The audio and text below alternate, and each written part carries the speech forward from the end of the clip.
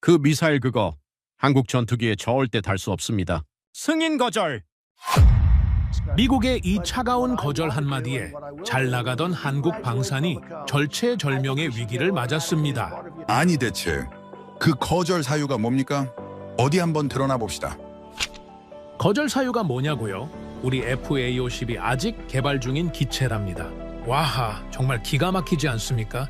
전 세계가 인정하는 베스트셀러 한국 전투기한테 미완성이라니요? 이건 누가 봐도 단순한 기술 문제가 아니었습니다. 한국이 너무 빨리 치고 올라오니까 여기서 멈춰! 라고 강력한 브레이크를 건 것이나 다름없었죠. 전 세계 군사 전문가들도 고개를 저었습니다. 미국이 막으면 한국 전투기는 끝이다. 모두가 한국의 패배를 예상했던 그 순간 한국이 가만히 있었을까요?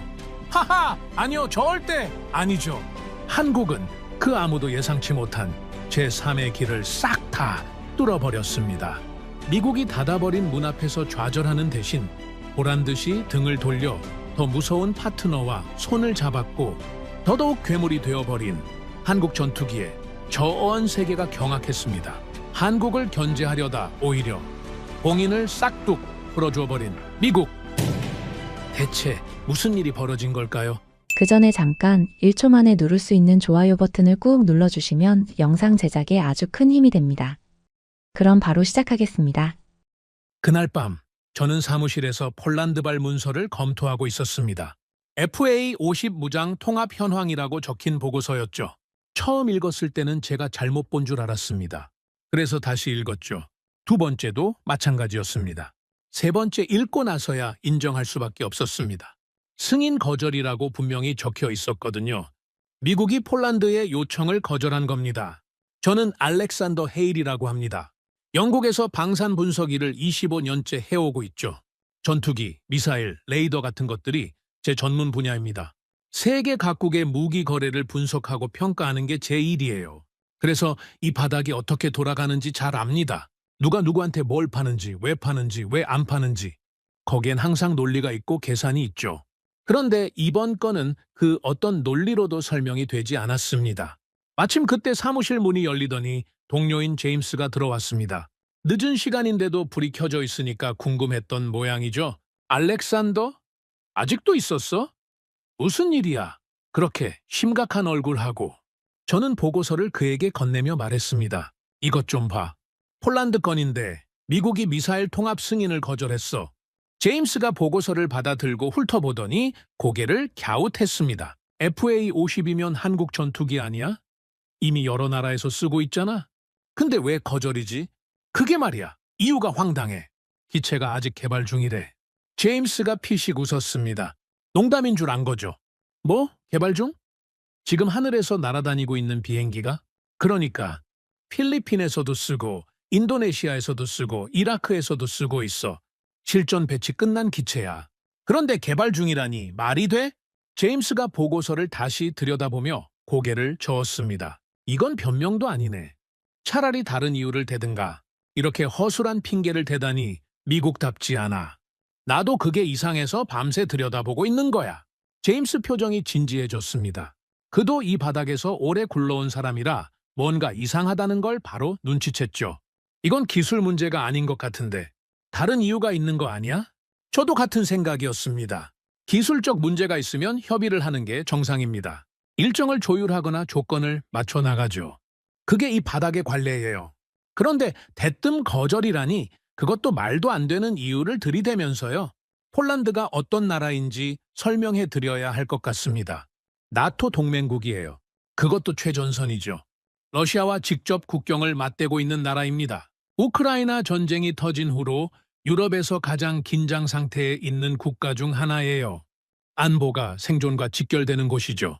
그런 나라가 한국에서 전투기를 샀습니다. FA-50 48대를요. 계약금도 냈고 파일럿 훈련도 시작했고 정비 인력도 교육 중이었습니다. 모든 게 순조롭게 진행되고 있었죠. 그런데 문제가 생긴 겁니다. 폴란드는 이 전투기에 공대공 미사일을 장착하고 싶었습니다. 당연한 거죠. 전투기가 제 역할을 하려면 무장이 있어야 하니까요. 적기가 날아오면 요격을 해야 하는데 미사일 없이 어떻게 합니까? 그래서 미국에 승인 요청을 했습니다. 미국산 미사일을 한국산 전투기에 장착하려면 미국 정부 승인이 필요하거든요. 동맹국끼리는 대개 원활하게 처리됩니다. 특히 폴란드처럼 전략적으로 중요한 나라는요. 그런데 거절을 당한 겁니다. 나토 핵심 동맹국이 러시아 바로 옆에서 안보 강화하겠다는데 거절을 해요? 외교적으로도 상당히 이례적인 결정이었습니다. 제임스가 보고서를 내려놓으며 말했습니다. 폴란드 쪽에서 반응이 어때? 가만히 있진 않았을 텐데. 아직 공식 반응은 없어. 하지만 내부적으로는 상당히 당혹스러워하고 있다고 들었어. 당연하지. 러시아 코앞에서 전투기 무장도 못하게 생겼으니까. 제임스가 잠시 생각에 잠기더니 말했습니다. 혹시 한국이랑 관련 있는 거 아니야? 요즘 한국 방산이 무섭게 치고 올라오고 있잖아. 미국 입장에서 신경 쓰일 수도 있지 않을까? 그 말에 저는 멈칫했습니다. 제임스가 핵심을 짚은 것 같았거든요. 한국 방산의 성장세는 업계에서 이미 큰 화제였습니다. 며칠 후 밤늦은 시간이었습니다. 저는 집에서 책을 읽고 있었는데 갑자기 전화벨이 울렸습니다. 화면을 보니 워싱턴 번호였어요. 심장이 쿵 내려앉았습니다. 이 시간에 워싱턴에서 전화가 올 일이 없거든요. 발신자를 확인하고 나서야 조금 안심이 됐습니다. 오래된 친구였거든요. 마이클 브레넌이라는 사람입니다. 미국 국방부에서 일하는 친구예요. 차관보급 인사죠. 젊었을 때 국제안보 컨퍼런스에서 처음 만났는데 워낙 죽이 맞아서 그 후로 20년 넘게 연락하며 지내고 있습니다. 공식적인 관계라기보다는 개인적인 친분이죠.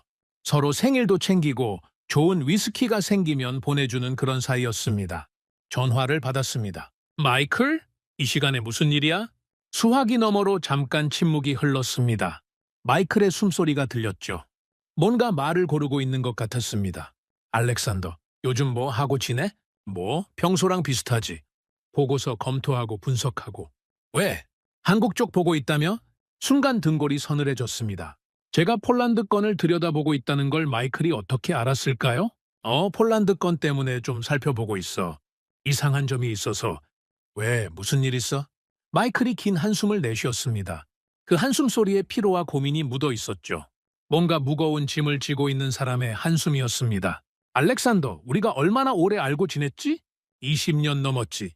왜 갑자기 그런 걸 물어? 그래, 20년이 넘었어. 그동안 서로 믿고 지냈잖아. 그래서 하는 말인데 마이클이 잠시 말을 멈췄습니다. 수화기 너머로 그가 심호흡하는 소리가 들렸죠. 한국이 너무 많은 걸 갖게 되는 건 우리도 부담이야. 저는 순간 귀를 의심했습니다. 미국 국방부 고위 관계자가 이런 말을 한다고요? 마이클, 그게 무슨 뜻이야? 좀 더 구체적으로 말해줄 수 있어? 구체적으로는 말 못해. 다만 상황이 예전 같지 않다는 거야. 한국이 너무 빨리 크고 있어. 우리 입장에서는 신경이 쓰일 수밖에 없지. 그래서 폴란드 건을 막은 거야? 한국 견제하려고? 마이클이 대답하지 않았습니다. 그 침묵이 어떤 대답보다 무거웠죠. 저는 다시 물었습니다. 마이클, 솔직하게 말해줘. 이거 정말 한국 때문인 거야? 한참 후에야 마이클이 입을 열었습니다. 알렉산더, 나도 다 말해줄 수 있는 입장이 아니야. 다만 한 가지는 확실해. 앞으로 한국 관련 건들이 예전처럼 순탄하게 풀리진 않을 거야. 그냥 참고해. 참고하라니 그게 무슨. 미안해. 이 정도밖에 못해줘. 오래된 친구니까 이 정도라도 말해주는 거야. 공식 석상에서는 절대 못할 얘기지. 전화가 끊겼습니다. 저는 한참을 멍하니 서 있었죠. 손에 들린 전화기가 천근망언처럼 무겁게 느껴졌습니다. 마이클의 마지막 말이 계속 귓가에 맴돌았습니다. 한국이 너무 많은 걸 갖게 되는 건 부담이라고요. 앞으로 순탄하지 않을 거라고요. 그날 밤 저는 잠을 이룰 수 없었습니다. 침대에 누워서 천장만 바라봤죠. 마이클의 전화는 단순한 안부가 아니었습니다.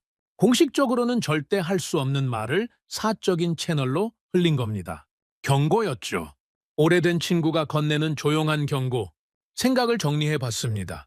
한국 방산의 성장세는 업계에서 이미 큰 화제였습니다. 20년 전만 해도 미국 무기를 수입해서 조립하는 수준이었는데 지금은 완전히 다른 나라가 됐죠.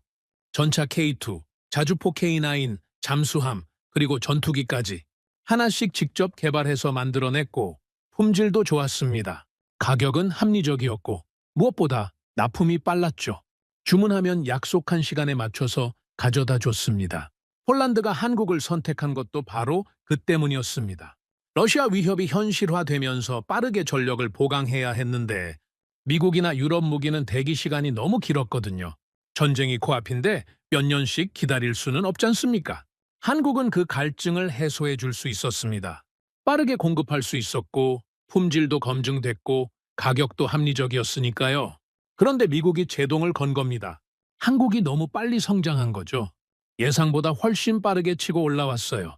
미국 입장에서는 부담이 될 수밖에 없었습니다. 오랫동안 세계 방산 시장을 지배해 왔는데 갑자기 한국이 치고 올라오니까요. 가격은 더 싸고 품질은 비슷하거나 어떤 부분은 더 좋고 납품은 훨씬 빠르고 구매국 입장에서는 한국 무기가 더 매력적으로 보일 수밖에 없지요. 다음 날 아침 저는 사무실에 일찍 출근했습니다. 제임스가 이미 와 있더군요. 어제 그 후로 뭐 알아낸 거 있어? 제임스가 커피를 건네며 물었습니다. 저는 마이클과의 통화 내용을 조심스럽게 꺼냈습니다. 워싱턴 쪽 지인한테 연락이 왔었어. 비공식적으로. 한국이 너무 많은 걸 갖게 되는 게 부담스럽대. 앞으로 한국 관련 건들이 순탄하지 않을 거라고. 제임스 표정이 굳어졌습니다. 그럼 정말 한국 견제가 목적인 거네. 폴란드는 그냥 핑계고 그런 것 같아. 표면적으로는 기술적 이유라고 하지만 진짜 이유는 따로 있는 거지. 제임스가 고개를 절레절레 흔들며 한숨을 내쉬었습니다. 한국도 참 억울하겠다. 열심히 해서 성장했더니 이제 와서 발목을 잡히게 생겼으니 규칙을 어긴 것도 아니잖아. 저도 같은 생각이었습니다. 한국은 정정당당하게 기술을 개발하고 좋은 제품을 만들고 합리적인 가격에 팔았을 뿐입니다.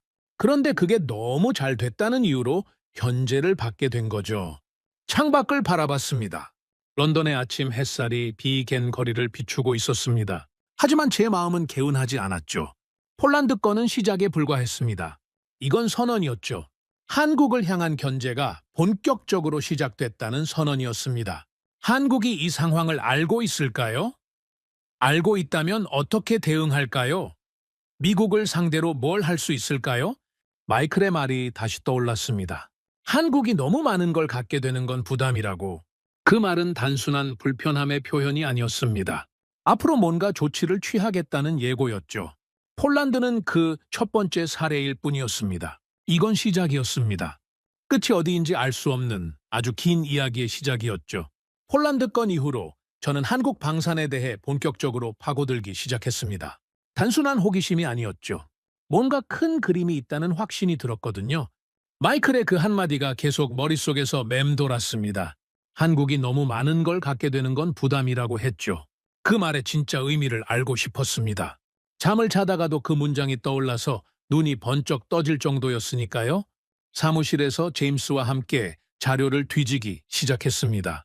한국 방산 수출 현황, 주요 계약 목록, 기술 이전 내역, 무장 통합 승인 기록.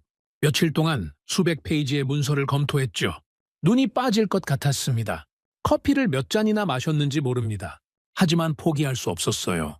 뭔가 중요한 게 숨어 있다는 느낌이 계속 들었거든요.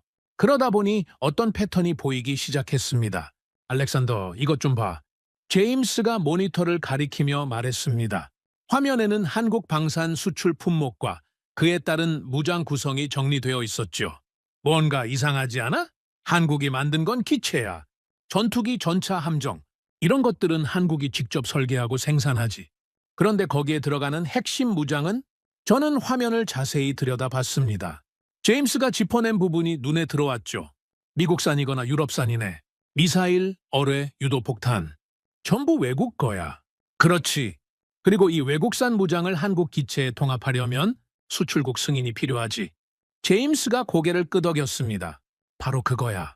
한국은 껍데기를 만들고 알맹이는 남의 거라는 얘기지.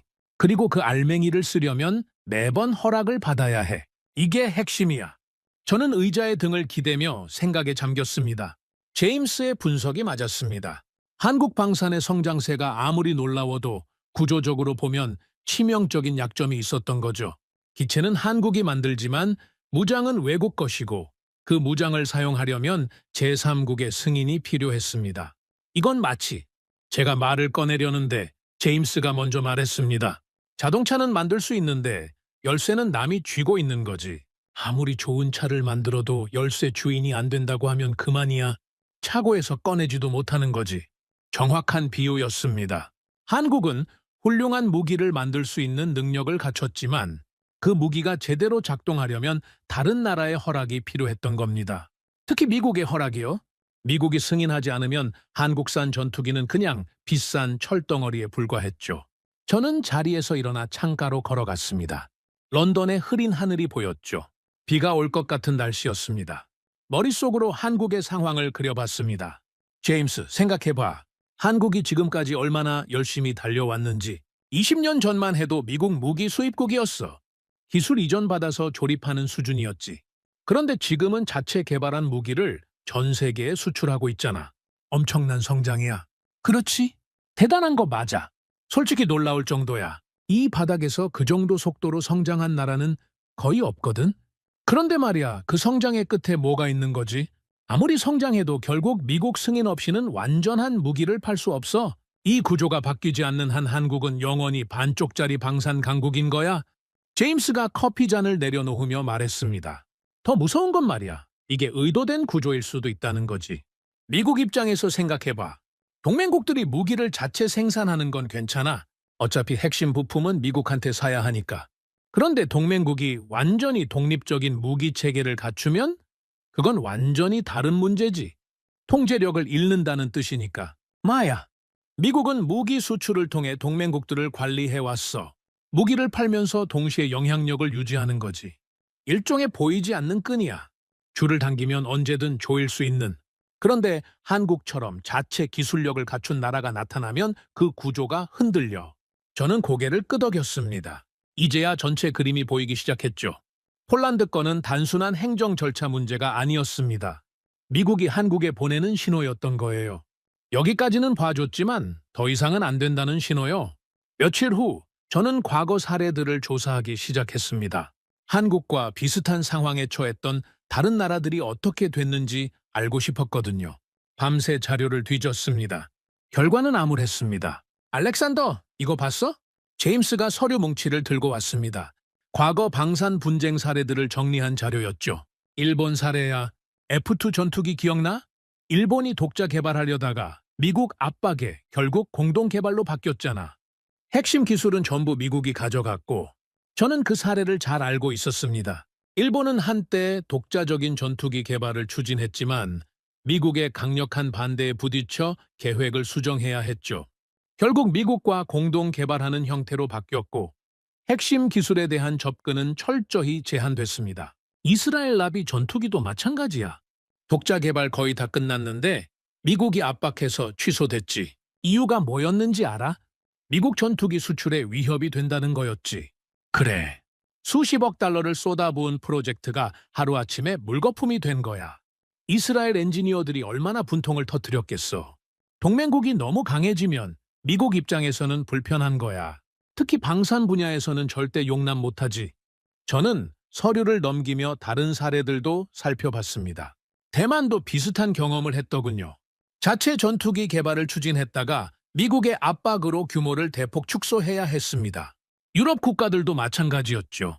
독자적인 무기 체계를 구축하려 할 때마다 미국과의 갈등이 불거졌습니다. 비슷한 패턴이 반복되고 있었죠. 동맹국이 독자적인 방산 역량을 키우려 하면 미국이 개입해서 제한하거나 공동 개발이라는 이름으로 기술을 가져가거나 아예 프로젝트를 취소시키거나 방법은 달랐지만 결과는 비슷했습니다.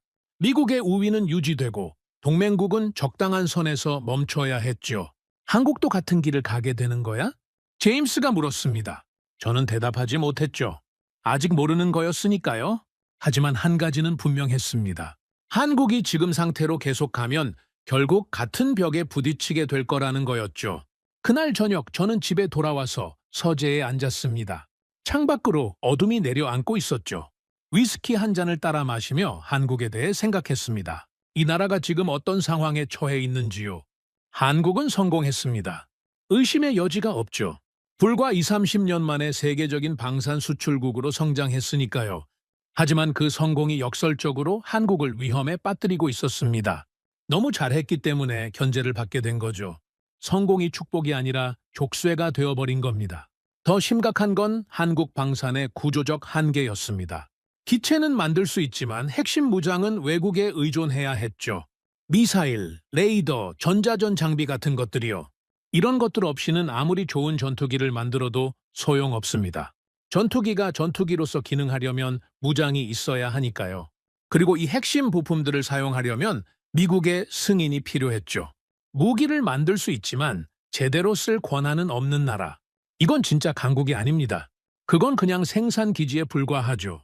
주문받아서 만들어주고 허락받아서 납품하는 그런 존재예요. 기술은 있는데 선택권은 없는 겁니다. 스스로 결정할 수 없는 나라는 진정한 의미의 강국이라고 할 수 없죠. 다음 날 저는 제임스와 함께 더 깊이 분석해 봤습니다. 만약 미국이 본격적으로 한국을 압박하면 어떻게 될까? 제임스가 질문을 던졌습니다. 저는 최악의 시나리오를 그려봤죠. 폴란드 같은 케이스가 계속 생기겠지. 한국이 전투기를 팔아도 구매국이 원하는 무장을 못 달게 되는 거야. 그러면 구매국 입장에서는 한국 전투기가 매력이 떨어지지. 차라리 미국 전투기를 사는 게 낫다고 생각하겠네. 그렇지. 어차피 미사일도 미국 거 써야 하고 승인도 미국한테 받아야 하는데 처음부터 미국 전투기를 사면 그런 복잡한 과정이 필요 없으니까 원스톱으로 해결되는 거지. 제임스가 고개를 끄덕이며 말했습니다. 결국 한국 방산의 경쟁력이 떨어지는 거네. 가격이 싸고 품질이 좋아도 무장 문제가 해결 안 되면 아무 소용없으니까. 마야. 그리고 한번 그런 인식이 퍼지면 되돌리기 힘들어. 한국산 무기는 뭔가 불완전하다는 이미지가 생기는 거지. 그건 치명적이야. 방산 시장에서 신뢰는 전부거든. 한번 무너진 신뢰는 회복하는 데 수십 년이 걸려. 저는 잠시 말을 멈추고 생각을 정리했습니다. 이건 단순히 무기 한두 개의 문제가 아니었죠. 한국 방산 전체의 미래가 걸린 문제였습니다. 제임스, 이건 기술의 문제가 아니야. 그럼 뭐야? 주권의 문제지. 한국이 아무리 좋은 기술을 가져도 그걸 자유롭게 쓸 수 있는 권한이 없으면 아무 의미가 없어. 지금 한국은 기술은 있는데 주권은 불완전한 상태야. 방산에 관한 한 말이지. 제임스가 창밖을 바라보며 한숨을 쉬었습니다. 한번 이 구조에 갇히면 빠져나오기 힘들어. 미국에 의존하면 할수록 더 깊이 빠져드는 거지. 늪 같은 거야. 발을 디딜수록 더 깊이 빠져들어. 그리고 어느 순간 돌아보면 이미 늦은 거야. 빠져나올 타이밍을 놓치는 거지. 저도 그게 걱정이었습니다. 한국이 지금 이 순간에도 그 늪으로 빠져들고 있을 수 있다는 생각이요. 성공에 도취되어 구조적 한계를 못 보고 있을 수도 있죠. 아니면 알면서도 어쩔 수 없다고 체념하고 있을 수도 있고요. 창밖을 바라봤습니다. 런던의 하늘은 여전히 흐렸죠. 저는 한국이라는 나라에 대해 다시 생각해봤습니다. 전쟁의 폐허에서 일어나 세계적인 경제 대국이 된 나라. 반도체, 자동차, 조선에서 세계 최고 수준에 오른 나라. 그리고 이제 방산에서도 두각을 나타내고 있는 나라. 하지만 그 성공 뒤에는 보이지 않는 사슬이 있었습니다. 미국이라는 거대한 그늘 아래서 성장했고 그 그늘을 벗어나려 하면 제재가 가해지는 구조였죠. 한국은 이 사슬을 끊을 수 있을까요? 아니면 영원히 반쪽짜리 강국으로 남게 될까요? 알렉산더, 그런데 말이야.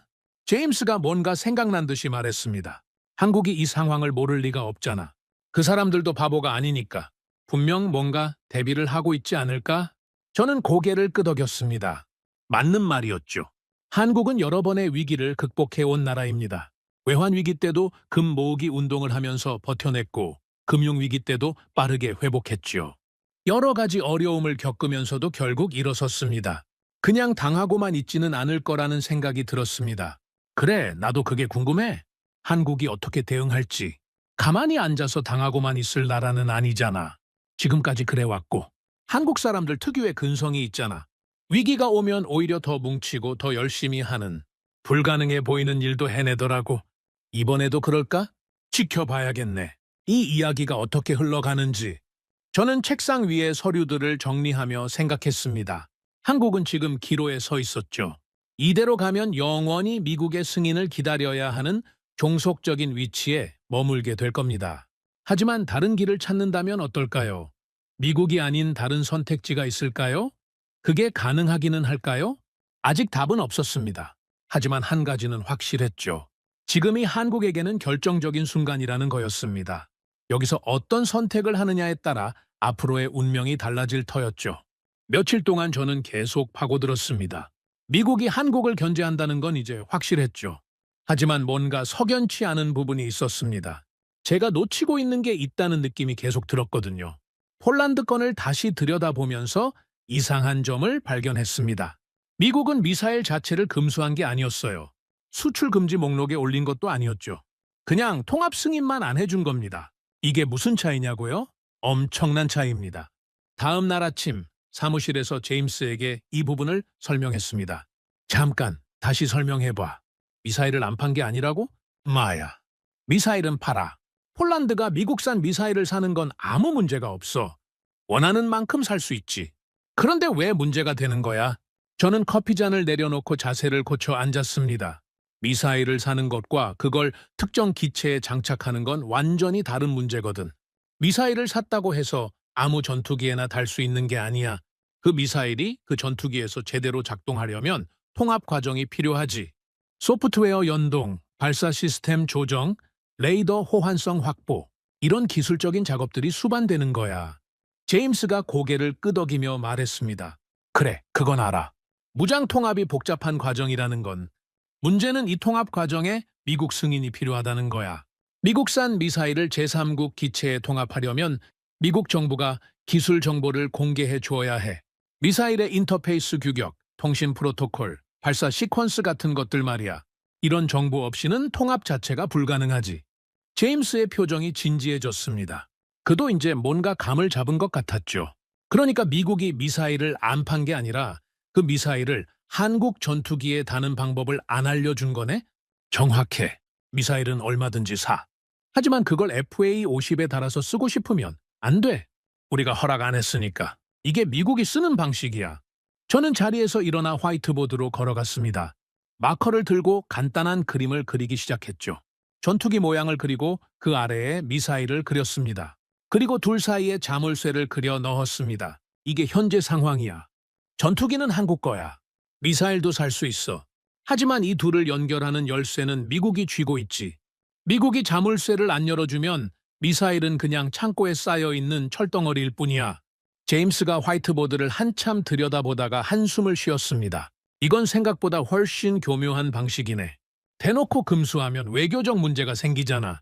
동맹국한테 무기 안 판다고 하면 말이 많아지니까. 하지만 이렇게 하면 겉으로는 아무 문제가 없어 보이지. 미사일, voilà. 전투기? 너희가 알아서 사. 우리는 아무것도 막은 거 없어. 그냥 기술적인 문제가 있을 뿐이야. 이렇게 빠져나갈 수 있는 거지. 완벽한 알리바이네. 그렇지. 이게 미국이 수십 년간 다듬어 온 시스템이야. 눈에 보이는 제재 없이도 원하는 결과를 얻어내는 방법. 보이지 않는 통제야. 저는 마커를 내려놓고 창가로 걸어갔습니다. 런던 거리에는 비가 내리기 시작했죠. 빗방울이 유리창을 타고 흘러내리는 걸 바라보면서 생각에 잠겼습니다. 제임스, 더 무서운 게 뭔지 알아? 뭔데? 이건 미사일만의 문제가 아니라는 거야. 레이더도 마찬가지고 전자전 장비도 마찬가지야. 항공기에 들어가는 핵심 부품들 중 상당수가 이런 식으로 통제되고 있어. 한국이 아무리 훌륭한 기체를 만들어도 그 안에 들어가는 핵심 시스템들은 전부 남의 허락을 받아야 쓸 수 있는 거지. 그날 저녁 저는 마이클에게 다시 연락했습니다. 좀 더 구체적인 확인이 필요했거든요. 마이클, 한 가지만 확인하고 싶어. 미국이 미사일 자체를 금수한 건 아니지? 통합 승인만 안 해준 거잖아. 잠시 침묵이 흘렀습니다. 마이클이 뭔가 고민하는 것 같았죠? 네가 파악한 게 맞아. 미사일은 원하면 살 수 있어. 우리가 막은 건 그게 아니야. 그럼 뭘 막은 거야? 연동이지. 기술 정보 공유. 그게 없으면 미사일이 있어도 쓸 수가 없어. 너도 알잖아. 현대 무기가 어떻게 작동하는지. 단순히 물리적으로 달아놓는다고 되는 게 아니야. 시스템이 서로 대화할 수 있어야 해. 레이더가 목표물을 잡고 그 정보를 미사일에 전달하고 미사일이 발사 준비를 하고 이 모든 과정이 매끄럽게 연결되어야 하는데 그러려면 우리 쪽 기술 정보가 필요하지. 그리고 그 정보를 안 준 거네. 안 줬다기보다는 승인 절차가 진행 중이라고 해두는 거지. 공식적으로는 거절한 게 아니야. 검토 중인 거야. 언제 끝날지 모르는 검토. 저는 쓴웃음을 지었습니다. 역시 예상대로였죠. 영리한 방법이네. 거절은 안 했으니까 외교적 문제도 없고 검토가 언제 끝날지는 미국 마음이고 이 바닥이 다 그렇지 뭐. 대놓고 안 된다고 하면 시끄러워지니까. 이렇게 하면 조용히 원하는 결과를 얻을 수 있어. 한국은 이 상황을 어떻게 받아들이고 있어? 뭔가 반응이 있었어? 마이클이 잠시 망설이더니 말했습니다. 공식적으로는 아무 말이 없어. 하지만 내부적으로는 상당히 고민하고 있을 거야. 이게 처음 있는 일이 아니거든. 이번에도 조용히 넘어갈 것 같아? 글쎄, 이번에는 좀 다를 수도 있어. 한국이 예전보다 많이 성장했거든. 예전에는 선택지가 없었지만 지금은 다를 수 있어. 다만 내가 확실히 말할 수 있는 건 없어. 지켜봐야 알겠지. 전화를 끊고 나서 저는 오랫동안 생각에 잠겼습니다. 마이클의 마지막 말이 계속 머릿속을 맴돌았죠. 이번에는 좀 다를 수도 있다고요. 한국이 예전보다 많이 성장했다고요. 그게 무슨 뜻일까요? 다음 날 저는 자료를 더 찾아봤습니다. 한국의 방산 기술 수준, 독자 개발 현황, 해외 협력 관계. 그러다가 흥미로운 것을 발견했습니다. 제임스가 출근했을 때 저는 그에게 화면을 보여줬습니다. 이것 좀 봐. 한국이 유럽 쪽이랑 협력을 강화하고 있어. 유럽? 어떤 분야에서? 미사일이야. 특히 NBDA랑 접촉하고 있는 것 같아. 제임스의 눈이 커졌습니다. NBDA가 어떤 회사인지 그도 잘 알고 있었거든요. NBDA? 유럽 최대 미사일 업체잖아. 미티어 만든데 말이야? 마야, 그 미티어. 세계 최고 수준의 장거리 공대공 미사일이지. 사거리 100km 이상, 램제트 추진으로 종말 단계까지 고속 유지. 현존하는 공대공 미사일 중에서 가장 뛰어난 성능을 가진 물건이야. 근데 한국이 왜 갑자기 유럽 미사일에 관심을 가지는 거지? 저는 의미심장한 표정을 지으며 말했습니다. 미국이 안 해주니까 다른 데서 찾는 거 아닐까? 제임스가 무릎을 탁 쳤습니다. 그거네! 미국이 통합 승인 안 해주면 미국 미사일 대신 유럽 미사일을 쓰면 되잖아. NBDA는 미국 회사가 아니니까 미국 승인이 필요 없고. 이론적으로는 그래. 물론 유럽도 자체적인 수출 통제가 있지만 미국만큼 까다롭지는 않아. 그리고 무엇보다 중요한 건 이게 미국에 대한 메시지가 될 수 있다는 거야? 무슨 메시지? 당신들이 안 해주면 우리는 다른 데서 구할 수 있어. 당신들만이 유일한 선택지가 아니야. 이런 메시지지. 제임스가 고개를 끄덕이며 말했습니다. 레버리지를 만드는 거네. 협상에서 유리한 위치를 차지하려고. 그것도 있고 실제로 대안을 확보하려는 것도 있을 거야. 미국에만 의존하면 이번 같은 상황에서 속수무책이잖아. 하지만 유럽이라는 대안이 있으면 상황이 달라지지. 저는 잠시 말을 멈추고 미티어 미사일에 대한 자료를 화면에 띄웠습니다. 이거 봐, 제임스. 미티어가 어떤 물건인지 제대로 알아야 해. 이건 그냥 미사일이 아니야. 유럽이 20년 넘게 공들여서 만든 걸작이지. 영국, 프랑스, 독일, 이탈리아, 스페인, 스웨덴. 유럽의 항공 강국들이 전부 참여한 프로젝트야. 그 정도로 대단해? 대단한 정도가 아니야. 기존 공대공 미사일들은 발사 초기에 로켓 모터로 가속한 다음에 관성으로 날아가거든. 그러면 거리가 멀어질수록 속도가 떨어지지. 하지만 미티어는 달라. 램제트 엔진을 쓰거든. 공기를 빨아들여서 연소시키는 방식이야. 그래서 종말 단계까지 고속을 유지할 수 있어. 그게 왜 중요한 건데? 적기가 회피 기동을 하려면 미사일보다 빨라야 하잖아. 기존 미사일은 멀리서 쏘면 도착할 때쯤 속도가 많이 줄어들어서 회피할 여지가 생겨. 하지만 미티어는 끝까지 빠르니까 회피가 거의 불가능해. 전문가들 사이에서는 노 이스케이프 존이 기존 미사일의 3배 이상이라고 평가해. 제임스가 감탄하며 말했습니다. 그런 물건을 한국이 손에 넣으면 상황이 완전히 달라지겠네. 마야. 그리고 더 중요한 건 이거야. 미티어를 한국 전투기에 통합하는 과정에서 한국은 엄청난 기술을 배울 수 있어. 외국 무장을 자국 기체에 통합하는 노하우, 시스템 연동 기술, 소프트웨어 개발 역량. 이런 것들이 축적되면 나중에 자체 미사일을 개발할 때도 도움이 되지. 장기적인 투자네. 그렇지. 단기적으로는 유럽 미사일을 쓰더라도 장기적으로는 완전한 국산화를 목표로 하는 거야. 그게 진짜 독립이지. 제임스가 잠시 생각에 잠기더니 물었습니다. 그런데 알렉산더, 한 가지 궁금한 게 있어. 유럽 미사일을 쓴다고 해서 문제가 해결될까? 그것도 결국 남의 무기잖아. 유럽에 의존하게 되는 건 마찬가지 아니야? 좋은 질문이었습니다. 저도 그 부분을 생각하고 있었거든요. 맞는 말이야. 유럽 미사일을 쓴다고 해서 완전한 독립이 되는 건 아니지. 여전히 외국 기술에 의존하는 건 마찬가지야. 하지만 중요한 건 선택지가 생긴다는 거야. 미국 하나에만 매달리는 게 아니라 유럽이라는 대안이 생기면 협상력이 완전히 달라지거든. 그건 그렇네. 그리고 생각해봐. 미국이랑 유럽이랑 경쟁하게 만들 수도 있어. 한국이 유럽 쪽으로 기울면 미국도 가만히 있지 않겠지. 한국 시장을 뺏기고 싶지 않을 테니까. 그러면 미국도 태도가 달라질 수 있어. 제임스가 고개를 끄덕였습니다.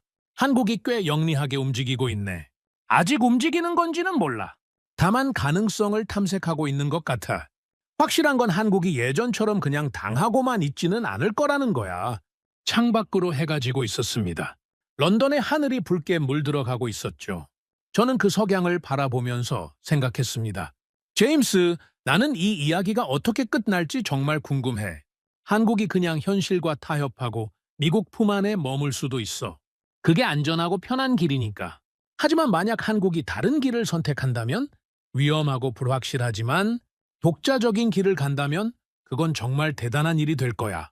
제임스가 조용히 물었습니다. 알렉산더, 넌 한국이 어떻게 할 것 같아? 저는 잠시 생각에 잠겼습니다. 한국이라는 나라에 대해 내가 아는 것들을 떠올려 봤죠. 솔직히 모르겠어.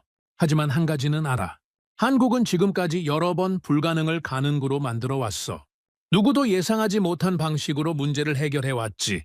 이번에도 그럴 수 있을까? 모르겠어. 하지만 지켜볼 가치는 있어. 이건 단순한 무기 거래가 아니야. 한 나라의 운명이 걸린 선택이거든. 저는 지구 반대편에 있는 그 나라가 지금 어떤 고민을 하고 있을지 생각해 봤습니다.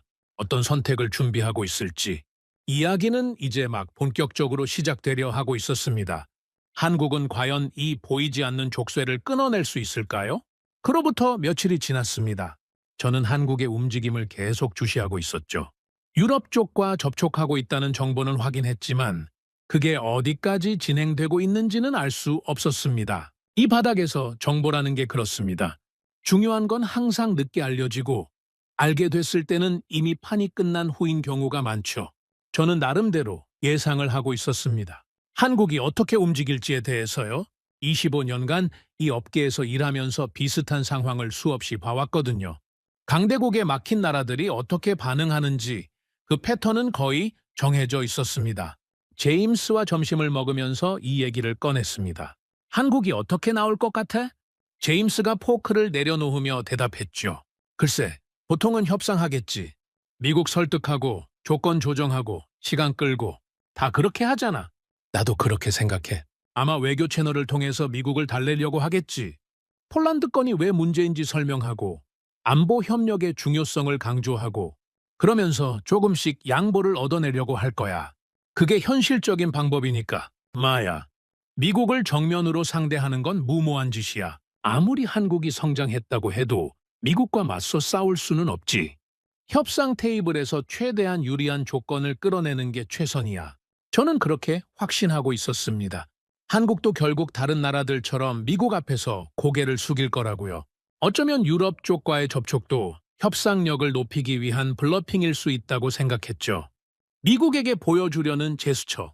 우리도 대안이 있다는 걸 보여줘서 협상에서 유리한 위치를 차지하려는 전략이라고요. 그런데 제가 틀렸습니다. 일주일쯤 후였습니다. 아침에 출근해서 이메일을 확인하는데 업계 뉴스레터에서 눈에 띄는 기사가 있었습니다. 한국과 NVDA가 공식적인 협력 계약을 체결했다는 내용이었죠. 저는 처음에 오보인 줄 알았습니다. 너무 빠른 전개였거든요. 제임스, 이것 좀 봐. 제임스가 제 책상으로 다가왔습니다. 화면을 보더니 눈이 커지더군요. 이게 진짜야? 벌써 계약을 했다고? 그러게. 나도 믿기지가 않아. 저는 급하게 다른 소스들을 확인했습니다. 로이터, 제인스, 방산 전문 매체들. 전부 같은 내용을 보도하고 있었죠. 한국방위사업청과 NVDA가 미티어 미사일 도입 및 통합에 관한 양해각서를 체결했다는 거였습니다. 이건 예상보다 훨씬 빠른데. 보통 이런 협상은 몇 년씩 걸리잖아. 그런데 몇 주 만에 양해각서까지? 제임스가 고개를 저으며 말했습니다. 한국이 진심이라는 뜻이네. 블러핑이 아니라 진짜로 유럽 쪽으로 가겠다는 거잖아. 저도 같은 생각이었습니다. 이건 협상 카드가 아니었어요. 실제로 방향을 트는 거였죠. 미국을 설득하는 데 시간을 쓰는 대신 아예 다른 길을 선택한 겁니다. 그날 오후 저는 다시 마이클에게 연락했습니다.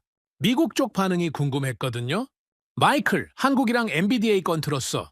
전화기 너머로 마이클의 한숨 소리가 들렸습니다. 들었지? 여기 난리야. 난리라니? 어떤 의미에서? 솔직히 말해서 이렇게 빨리 움직일 줄은 몰랐어. 우리도 예상 못했지. 저는 속으로 놀랐습니다. 미국이 예상 못했다고요? 한국이 협상을 시도할 거라고 생각했던 거야? 당연하지. 다들 그렇게 하니까 막히면 일단 협상 테이블에 앉아서 어떻게든 풀어보려고 하잖아.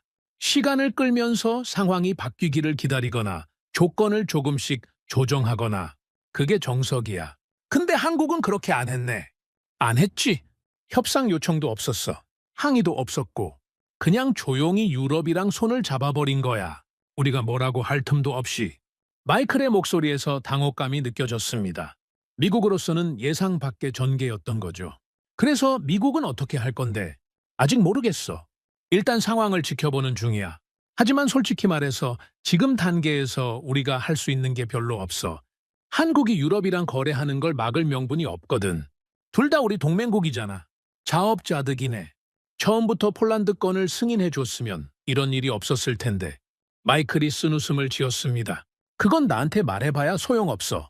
결정권자들 생각은 달랐으니까. 전화를 끊고 나서 저는 한참 동안 생각에 잠겼습니다.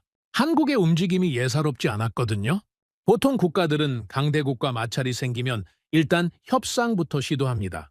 정면 충돌은 피하면서 어떻게든 타협점을 찾으려고 하죠. 시간이 오래 걸리더라도 그게 안전한 방법이니까요. 그런데 한국은 달랐습니다. 협상 테이블에 앉지 않았어요. 미국을 설득하려고 시간을 쓰지 않았죠. 막힌 길 앞에서 머뭇거리는 대신 아예 다른 방향으로 돌아선 겁니다. 제임스에게 이 분석을 공유했습니다. 한국이 왜 이렇게 빨리 움직였을까? 제임스가 턱을 괴며 생각에 잠겼습니다. 글쎄, 미국이랑 싸워봤자 이길 수 없다는 걸 알았던 거 아닐까? 협상 테이블에서 밀고 당기는 건 결국 시간 낭비라는 판단을 한 거지. 그런 것 같아. 미국을 설득하는데 몇 년을 쓸 바에 그 시간에 다른 길을 개척하는 게 낫다고 본 거야. 현실적인 판단이지. 근데 그게 쉬운 결정은 아니었을 텐데. 미국을 건드리는 거잖아. 뒤탈이 있을 수도 있고. 저도 그 부분을 생각하고 있었습니다. 한국의 결정은 분명 위험 부담이 있었어요. 미국이 기분 나빠할 수 있고 다른 분야에서 보복이 올 수도 있죠. 그런데도 한국은 그 길을 선택했습니다. 왜일까요? 제임스, 나는 이게 단순한 경제적 판단이 아닌 것 같아. 무슨 뜻이야? 한국은 이번 일을 계기로 근본적인 변화를 추구하려는 것 같아. 미국 의존 구조에서 벗어나려는 거지. 폴란드 건은 그냥 계기였을 뿐이야. 원래부터 이 구조에 불만이 있었던 거지. 이번에 터진 게 아니라 원래 있던 문제가 수면 위로 올라온 거야. 제임스가 고개를 끄덕였습니다. 그렇게 보면 이해가 되네. 한국 입장에서는 계속 미국 눈치만 보면서 살 수는 없잖아. 언제 또 이런 일이 생길지 모르는데? 차라리 지금 힘들더라도 자립 기반을 만들어두는 게 장기적으로는 나은 거지. 마야. 그리고 타이밍도 좋았어. 한국 방산이 지금 잘 나가고 있잖아. 협상력이 있을 때 움직이는 거야. 나중에 상황이 나빠지면 이런 결정을 내리기 더 힘들어지니까 저는 창밖을 바라봤습니다. 런던의 하늘은 여전히 흐렸지만 구름 사이로 햇살이 비치고 있었죠. 뭔가 변화의 조짐 같은 게 느껴졌습니다. 며칠 후 더 자세한 정보가 들어왔습니다. 한국이 MBDA와 논의하고 있는 게 미티어만이 아니라는 거였죠. 아스람, 아이리스-T 같은 다른 유럽산 미사일들도 검토 대상에 포함되어 있었습니다. 이거 봐, 제임스. 한국이 미티어만 보는 게 아니야. 제임스가 화면을 들여다봤습니다. 아스람이랑 아이리스-T도? 그러면 공대공 미사일 전체를 유럽 쪽으로 전환하겠다는 거네. 그런 것 같아. 장거리는 미티어, 단거리는 아이리스-T나 아스람. 이렇게 구성하면 미국산 미사일 없이도 완전한 공대공 전투 능력을 갖출 수 있어. 철저하네. 반쪽짜리로 안 하고 아예 전체를 바꾸려는 거잖아. 저도 같은 생각이었습니다. 한국의 접근 방식이 인상적이었어요. 미티어 하나만 도입하는 게 아니라 전체 무장 체계를 재편하려는 거였죠. 이건 단순한 대응이 아니라 장기적인 전략이었습니다. 제임스, 이건 감정적인 반발이 아니야. 무슨 뜻이야? 미국한테 화가 나서 유럽으로 간 게 아니라는 거야. 철저하게 계산된 움직임이지. 어떤 미사일이 필요한지, 어떻게 조합해야 하는지 전부 계획이 있어. 이건 갑자기 결정한 게 아니야. 아마 예전부터 준비하고 있었던 거지. 폴란드 건이 터지기 전부터 제임스가 놀란 표정을 지었습니다. 그렇게 생각해? 한국이 미리 준비하고 있었다고? 확실하진 않지만 그런 느낌이 들어. 이렇게 빠르고 체계적으로 움직이려면 사전 준비가 있어야 해. 하루아침에 할 수 있는 일이 아니거든. 유럽 업체들과 사전 접촉도 있었을 거고 기술적 검토도 이미 끝났을 거야. 그래서 폴란드 건이 터지자마자 바로 실행에 옮길 수 있었던 거지. 저는 점점 한국이라는 나라가 궁금해졌습니다. 겉으로는 조용히 있으면서 속으로는 이런 준비를 하고 있었다니. 미국도 몰랐고 저도 몰랐어요. 아마 대부분의 사람들이 몰랐겠죠. 한국은 생각보다 훨씬 전략적으로 움직이고 있었습니다. 그날 저녁, 저는 집에서 위스키를 한 잔 따라 놓고 생각을 정리했습니다. 한국의 선택이 무엇을 의미하는지에 대해서요. 한국은 싸우지 않았습니다.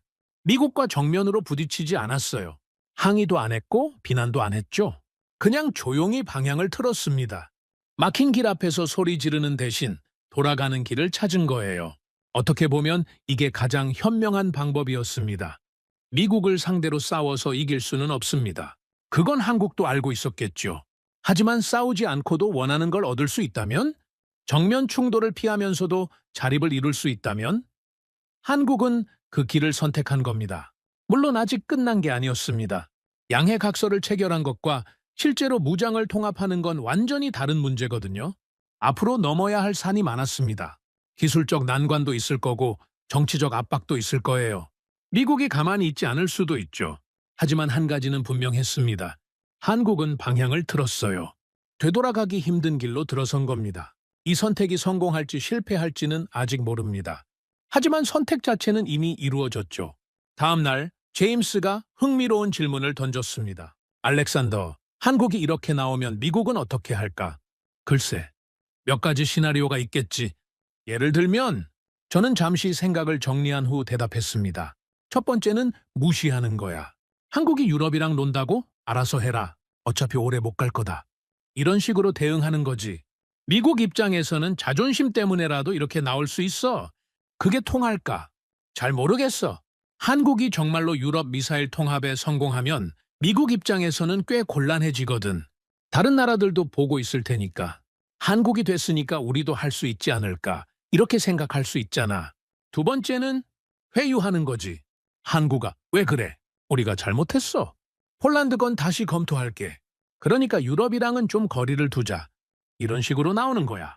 제임스가 피식 웃었습니다. 미국이 그렇게 나올까? 자존심이 있을 텐데. 상황에 따라 다르겠지.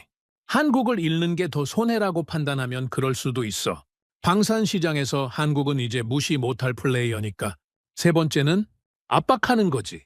다른 분야에서 불이익을 주는 거야. 무역, 금융, 기술, 협력 이런 데서 슬슬 조이기 시작하는 거지. 직접적으로 방산을 건드리지 않으면서도 한국에 메시지를 보내는 거야. 제임스가 고개를 끄덕였습니다. 복잡하네. 어떻게 될지 정말 모르겠다. 나도 몰라. 하지만 한 가지는 확실해. 이건 이제 시작이야. 한국이 방향을 틀었으니까 앞으로 어떤 일이 벌어질지 지켜봐야 해. 이 이야기는 아직 끝나지 않았어? 저는 창밖을 바라봤습니다. 해가 지고 있었죠. 런던의 하늘이 붉게 물들어가고 있었습니다. 지구 반대편에서는 지금 어떤 일이 벌어지고 있을까요? 한국의 엔지니어들이 밤새 일하고 있을지도 모릅니다. 유럽 미사일을 자국 전투기에 통합하기 위해서요. 한국은 아직 아무것도 증명하지 않았습니다. 방향을 틀었을 뿐이죠. 하지만 그 방향만큼은 분명했습니다. 미국의 그늘에서 벗어나 독자적인 길을 가겠다는 의지. 그게 느껴졌습니다. 앞으로 어떤 일이 벌어질지 저도 궁금했습니다. 한국이 정말로 성공할 수 있을까요? 아니면 결국 벽에 부딪혀 돌아오게 될까요? 아직은 아무도 모릅니다. 하지만 확실한 건 이 이야기가 이제 막 흥미로워지기 시작했다는 거였죠. 그로부터 몇 주가 지났습니다. 저는 한국의 움직임을 계속 추적하고 있었죠. 양해 각서 체결 이후 구체적인 진행 상황이 궁금했거든요. 이 바닥에서 양해 각서라는 건 그냥 악수하고 사진 찍는 수준인 경우가 많습니다. 실제 계약으로 이어지지 않고 흐지부지 되는 경우도 허다하죠. 그래서 저는 반신반의하면서 지켜보고 있었습니다. 그런데 한국은 진짜였습니다. 어느 날 아침 업계 소식통을 통해 흥미로운 정보가 들어왔습니다. 한국이 MBDA와 단순한 미사일 구매 협상이 아니라 훨씬 깊은 수준의 협력을 논의하고 있다는 거였죠. 저는 처음에 그게 무슨 뜻인지 정확히 이해하지 못했습니다. 제임스에게 이 소식을 전했더니 그도 고개를 갸웃했습니다. 깊은 수준의 협력이라니 구체적으로 뭘 말하는 거야? 나도 정확히는 모르겠어. 하지만 단순히 미사일 사서 다는 게 아니라는 것 같아. 그럼 뭔데? 저는 며칠 동안 여러 채널을 통해 정보를 수집했습니다. 유럽 쪽 지인들에게 연락하고 방산 전문 매체들을 뒤지고 공개된 자료들을 분석했죠. 그러다가 점점 그림이 그려지기 시작했습니다. 제임스, 이것 좀 봐. 한국이 하려는 게 뭔지 알 것 같아. 제임스가 제 책상으로 다가왔습니다. 저는 화면에 띄워놓은 자료들을 가리키며 설명했죠. 한국은 미사일만 사려는 게 아니야. 통합기술 자체를 확보하려는 거야. 통합기술? 무슨 뜻이야? 미사일을 전투기에 다는 건 단순한 작업이 아니거든. 물리적으로 장착하는 것만으로는 안 돼. 전투기의 레이더가 목표물을 잡으면 그 정보가 미사일에 전달되어야 하고, 미사일은 그 정보를 바탕으로 발사 준비를 해야 하지. 이 모든 과정이 매끄럽게 연결되어야 해. 그걸 통합이라고 하는 거야. 제임스가 고개를 끄덕였습니다. 그건 알아. 그래서 미국이 통합 승인을 안 해줘서 문제가 된 거잖아. 마야. 그런데 한국이 지금 하려는 건 그 통합을 남한테 맡기지 않고 직접 하겠다는 거야. MBDA한테서 미사일만 사는 게 아니라 통합에 필요한 기술 정보와 노하우까지 확보하려는 거지. 제임스의 눈이 커졌습니다. 그게 가능해? MBDA가 그런 것까지 넘겨줄까? 조건이 맞으면 가능하지. MBDA 입장에서도 나쁜 거래가 아니거든. 한국은 큰 시장이야. KF-21이라는 차세대 전투기도 개발하고 있고 FA-50 수출도 계속 늘고 있지. 장기적으로 보면 엄청난 물량이야. 그 시장을 확보하려면 어느 정도 기술 협력은 감수할 수 있지. 저는 자리에서 일어나 화이트보드 앞으로 걸어갔습니다. 마커를 들고 그림을 그리기 시작했죠. 자, 이게 기존 방식이야. 전투기 그림을 그리고 그 옆에 미사일을 그렸습니다. 그리고 둘 사이에 화살표를 그렸죠. 미사일 제조사가 통합까지 다 해줘. 전투기에 맞게 소프트웨어 조정하고 인터페이스 맞추고 테스트하고 구매국은 그냥 완성된 패키지를 받아서 쓰는 거야. 편하지. 하지만 문제가 뭐냐면 이러면 구매국은 영원히 제조사에 종속돼. 뭔가 바꾸고 싶어도 제조사 허락 없이는 못해. 그게 지금까지 한국이 처한 상황이었네. 마야. 그런데 한국이 하려는 건 이거야. 저는 새로운 그림을 그렸습니다. 전투기, 미사일, 그리고 그 사이에 한국 국기를 그려 넣었죠. 미사일은 MBDA한테서 사도해, 통합은 한국이 직접 해.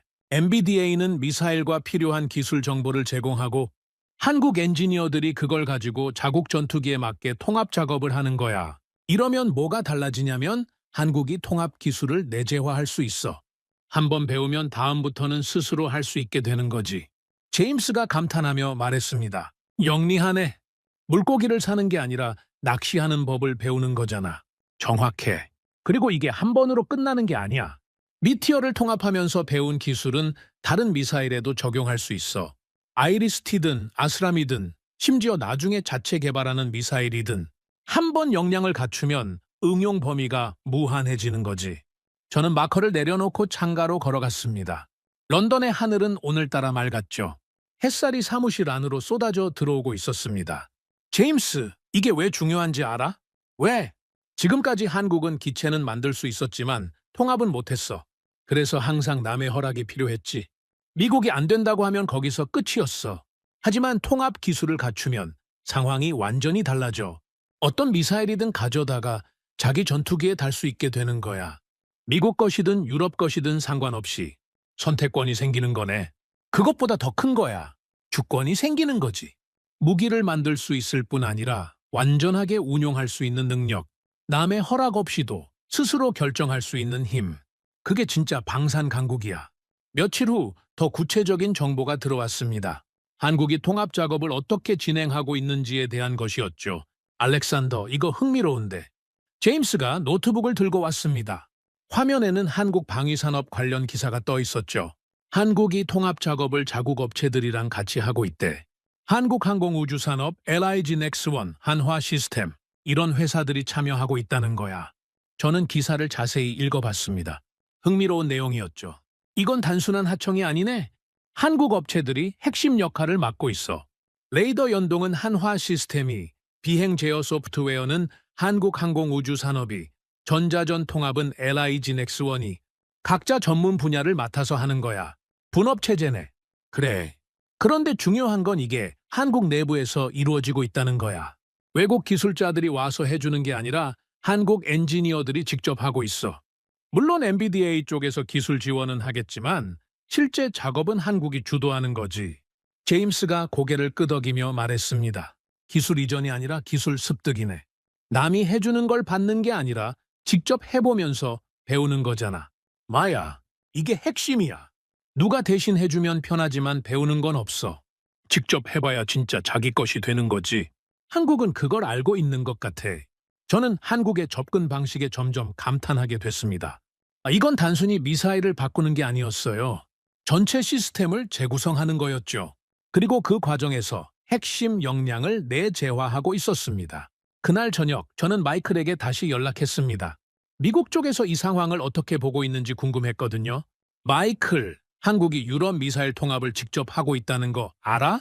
전화기 너머로 마이클의 한숨소리가 들렸습니다. 알지. 보고받고 있어. 어떻게 생각해? 잠시 침묵이 흘렀습니다. 마이클이 뭔가 말을 고르고 있는 것 같았죠. 솔직히 말해서 예상보다 빠르고 체계적이야. 우리도 좀 놀랐어.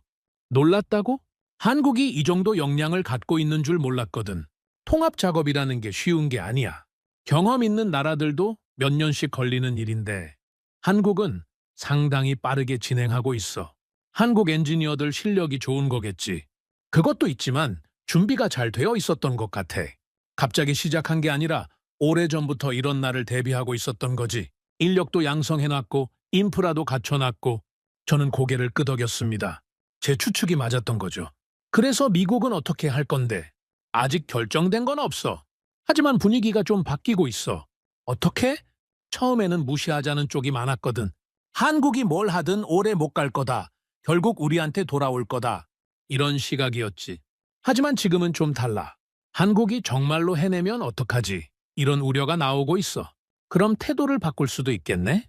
마이클이 쓴웃음을 지었습니다. 글쎄, 미국이 그렇게 쉽게 태도를 바꾸진 않아. 자존심이 있으니까.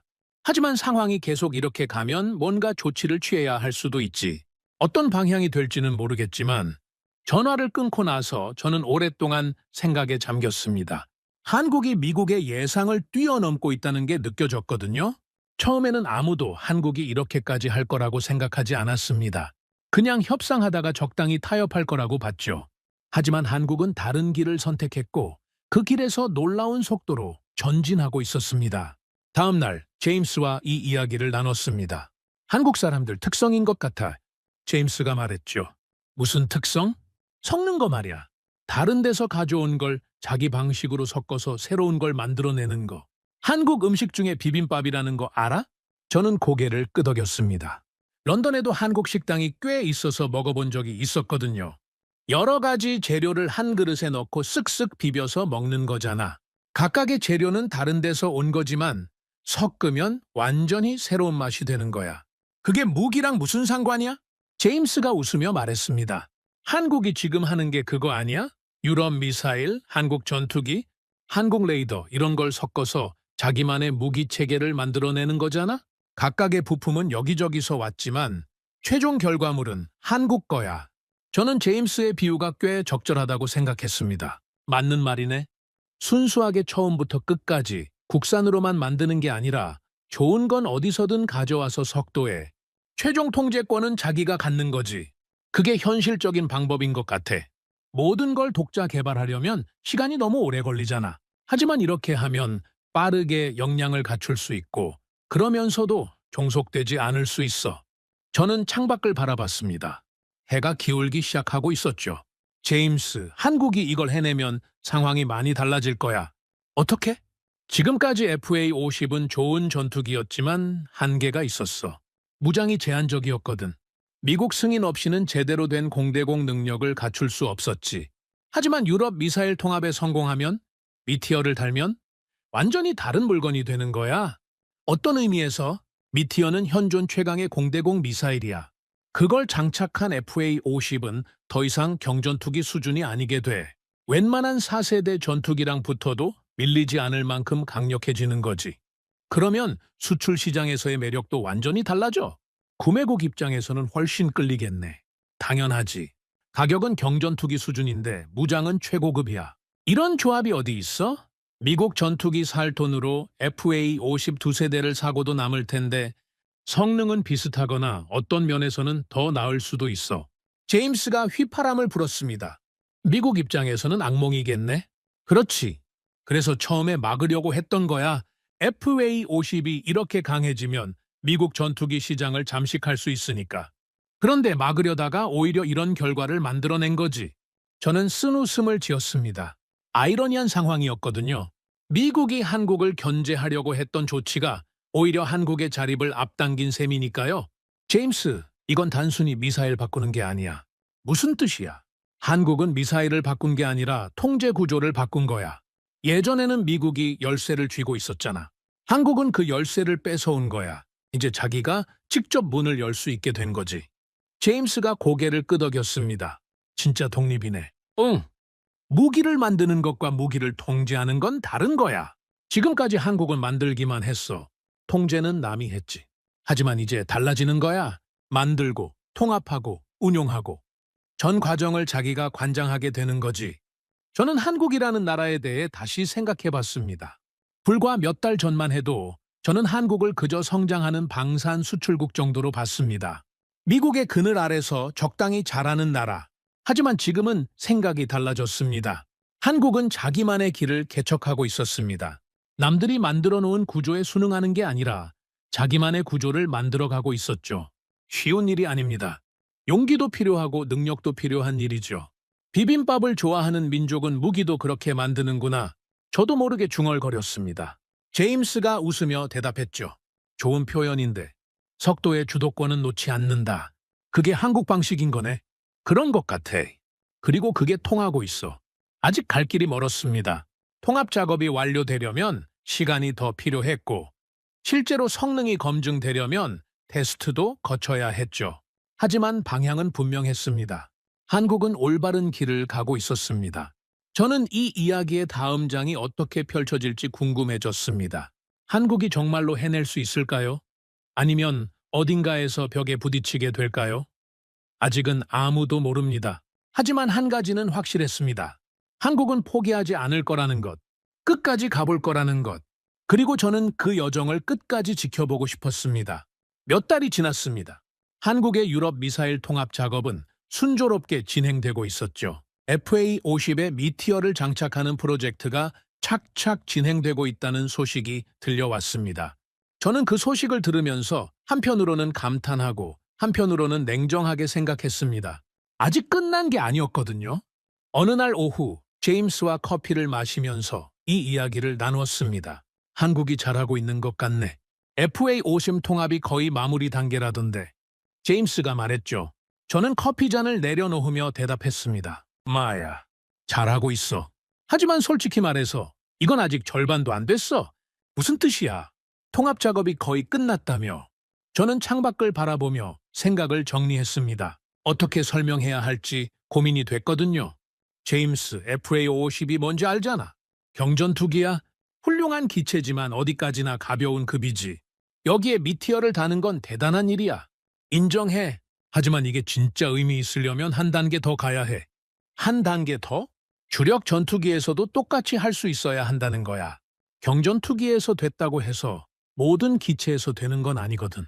시스템이 다르고 복잡도가 다르고 요구 사항이 달라. 제임스가 고개를 끄덕였습니다. KF-21 얘기를 하는 거네. 마야. KF-21. 한국이 개발하고 있는 차세대 전투기지. 이게 진짜 무대야. FA-50은 예선이었어. 본선은 KF-21이야. 저는 자리에서 일어나 책장에서 파일 하나를 꺼냈습니다. KF-21에 관한 자료들을 모아둔 것이었죠. 제임스에게 보여주며 설명했습니다. 이 전투기가 뭔지 제대로 알아야 해. KF-21은 한국이 독자 개발한 4.5세대 전투기야. 쌍발 엔진의 스텔스 성능까지 갖추고 있지. FA-50하고는 차원이 다른 물건이야. 그 정도로 대단해? 대단한 정도가 아니야? 한국이 지금까지 만든 것 중에 가장 야심찬 프로젝트지. 이게 성공하면 한국은 명실상부한 전투기 개발국이 되는 거야. 미국, 러시아, 중국, 유럽 다음으로 손에 꼽히는 나라가 되는 거지. 제임스가 파일을 넘기며 사진들을 봤습니다. KF-21의 날렵한 실루엣이 눈에 들어왔죠. 멋지긴 하네. 근데 이게 FA-55 통합이랑 무슨 상관이야? 핵심은 이거야. FA-50에서 미티어 통합에 성공했다고 해서 KF-21에서도 된다는 보장이 없어. 완전히 다른 도전이거든. 저는 화이트보드로 걸어가서 두 전투기의 차이점을 그려가며 설명했습니다. FA-50은 단발 엔진이야. 상대적으로 단순한 시스템이지. 레이더도 작고 무장 탑재량도 적어.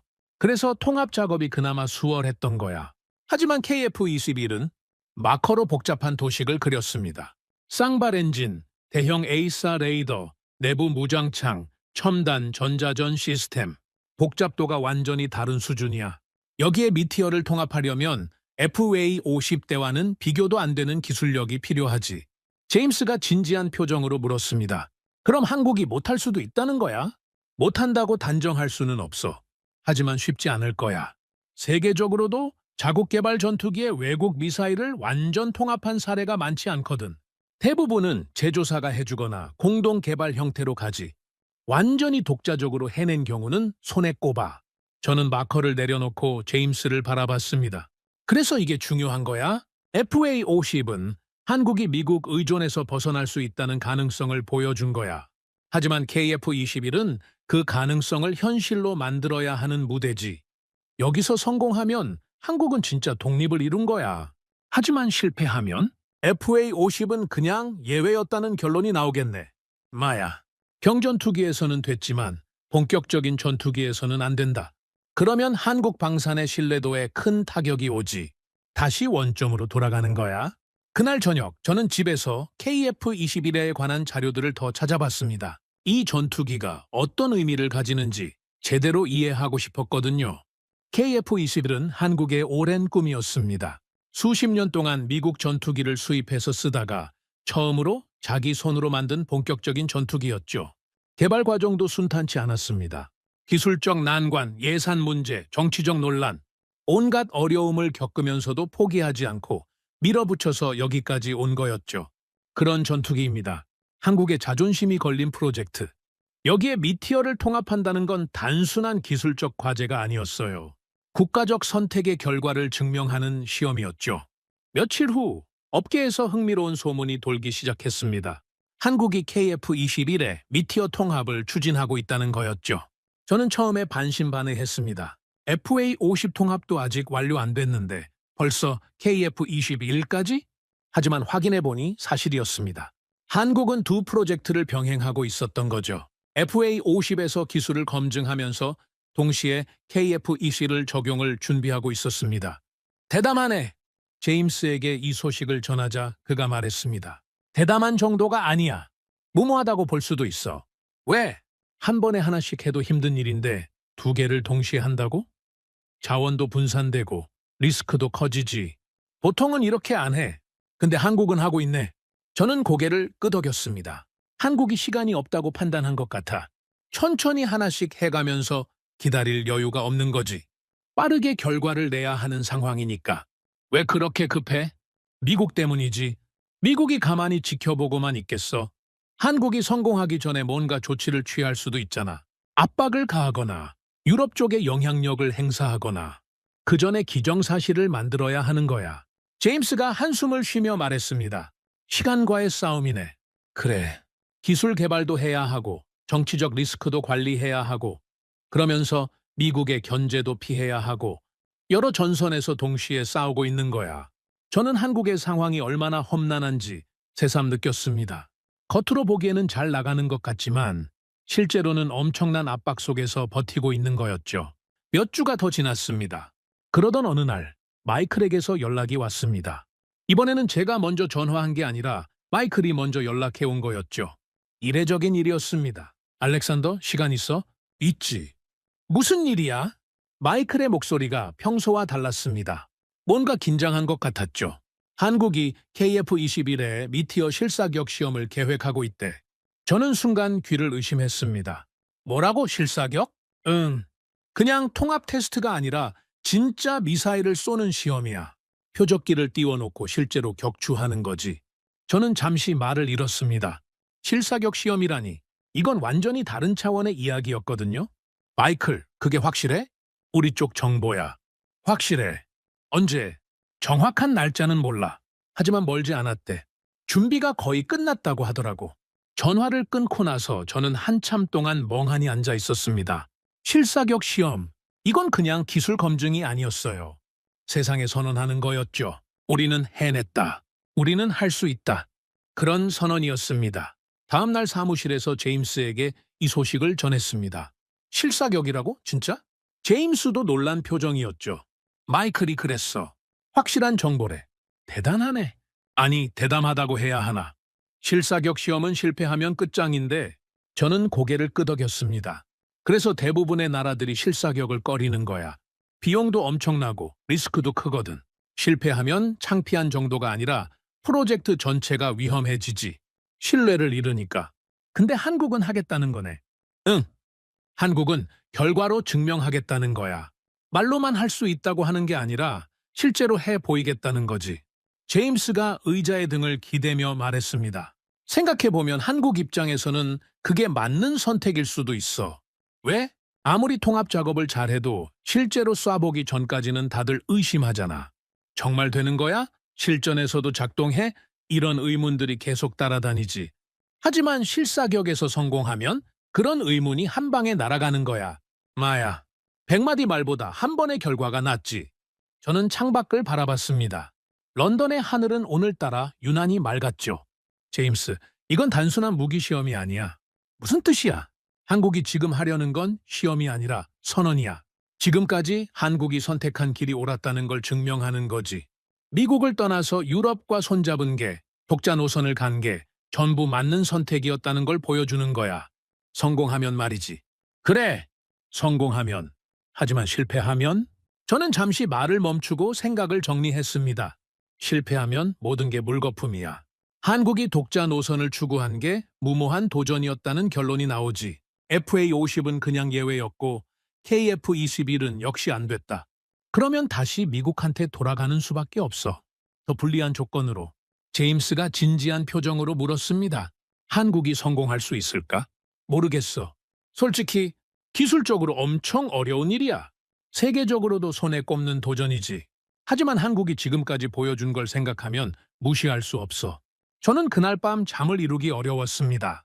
한국의 선택이 계속 머릿속에 맴돌았거든요. 이건 정말 대단한 결정이었습니다. 성공하면 역사에 남을 쾌거가 되겠지만 실패하면 돌이킬 수 없는 타격을 받게 되는 거였죠. 한국은 그 위험을 감수하기로 한 겁니다. 안전한 길을 버리고 불확실하지만 더 큰 가능성이 있는 길을 선택한 거죠.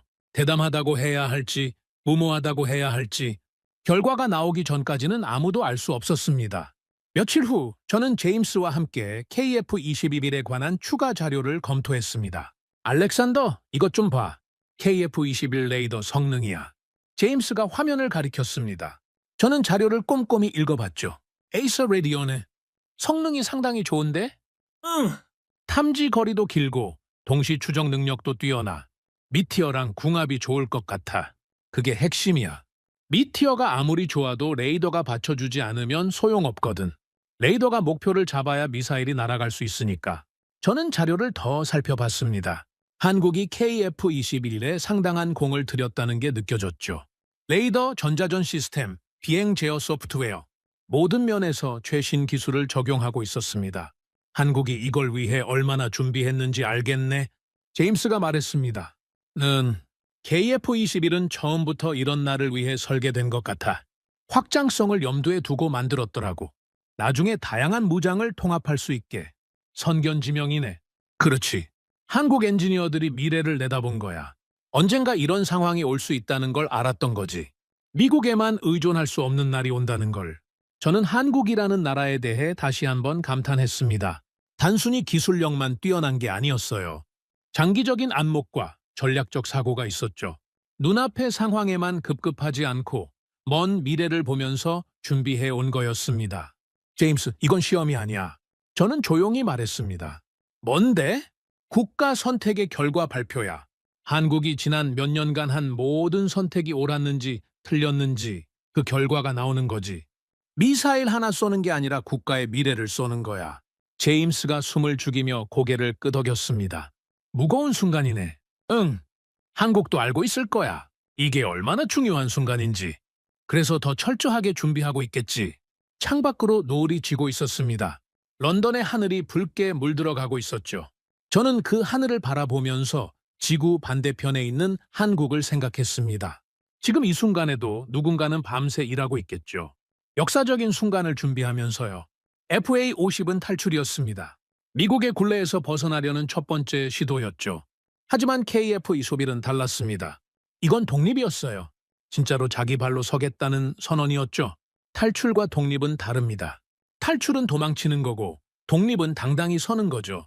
한국은 지금 독립을 증명하려 하고 있었습니다. 성공할 수 있을까요? 저도 몰랐습니다. 하지만 한 가지는 확실했죠. 이 순간을 놓치면 안 된다는 것. 역사가 만들어지는 순간을 눈앞에서 지켜보고 있다는 것. 저는 그 결과를 기다리기로 했습니다. 숨죽이며 그날이 왔습니다. 아침에 눈을 떴을 때 이상하게 가슴이 두근거렸습니다. 별다른 이유가 없었는데도요. 출근 준비를 하면서도 계속 뭔가 예감 같은 게 있었죠. 사무실에 도착해서 컴퓨터를 켜는데 제임스가 급하게 달려왔습니다. 그의 표정을 보는 순간 알았습니다. 뭔가 큰일이 터졌다는 걸요. 알렉산더, 봤어? 뭘? 한국 KF-21 미티어 실사격.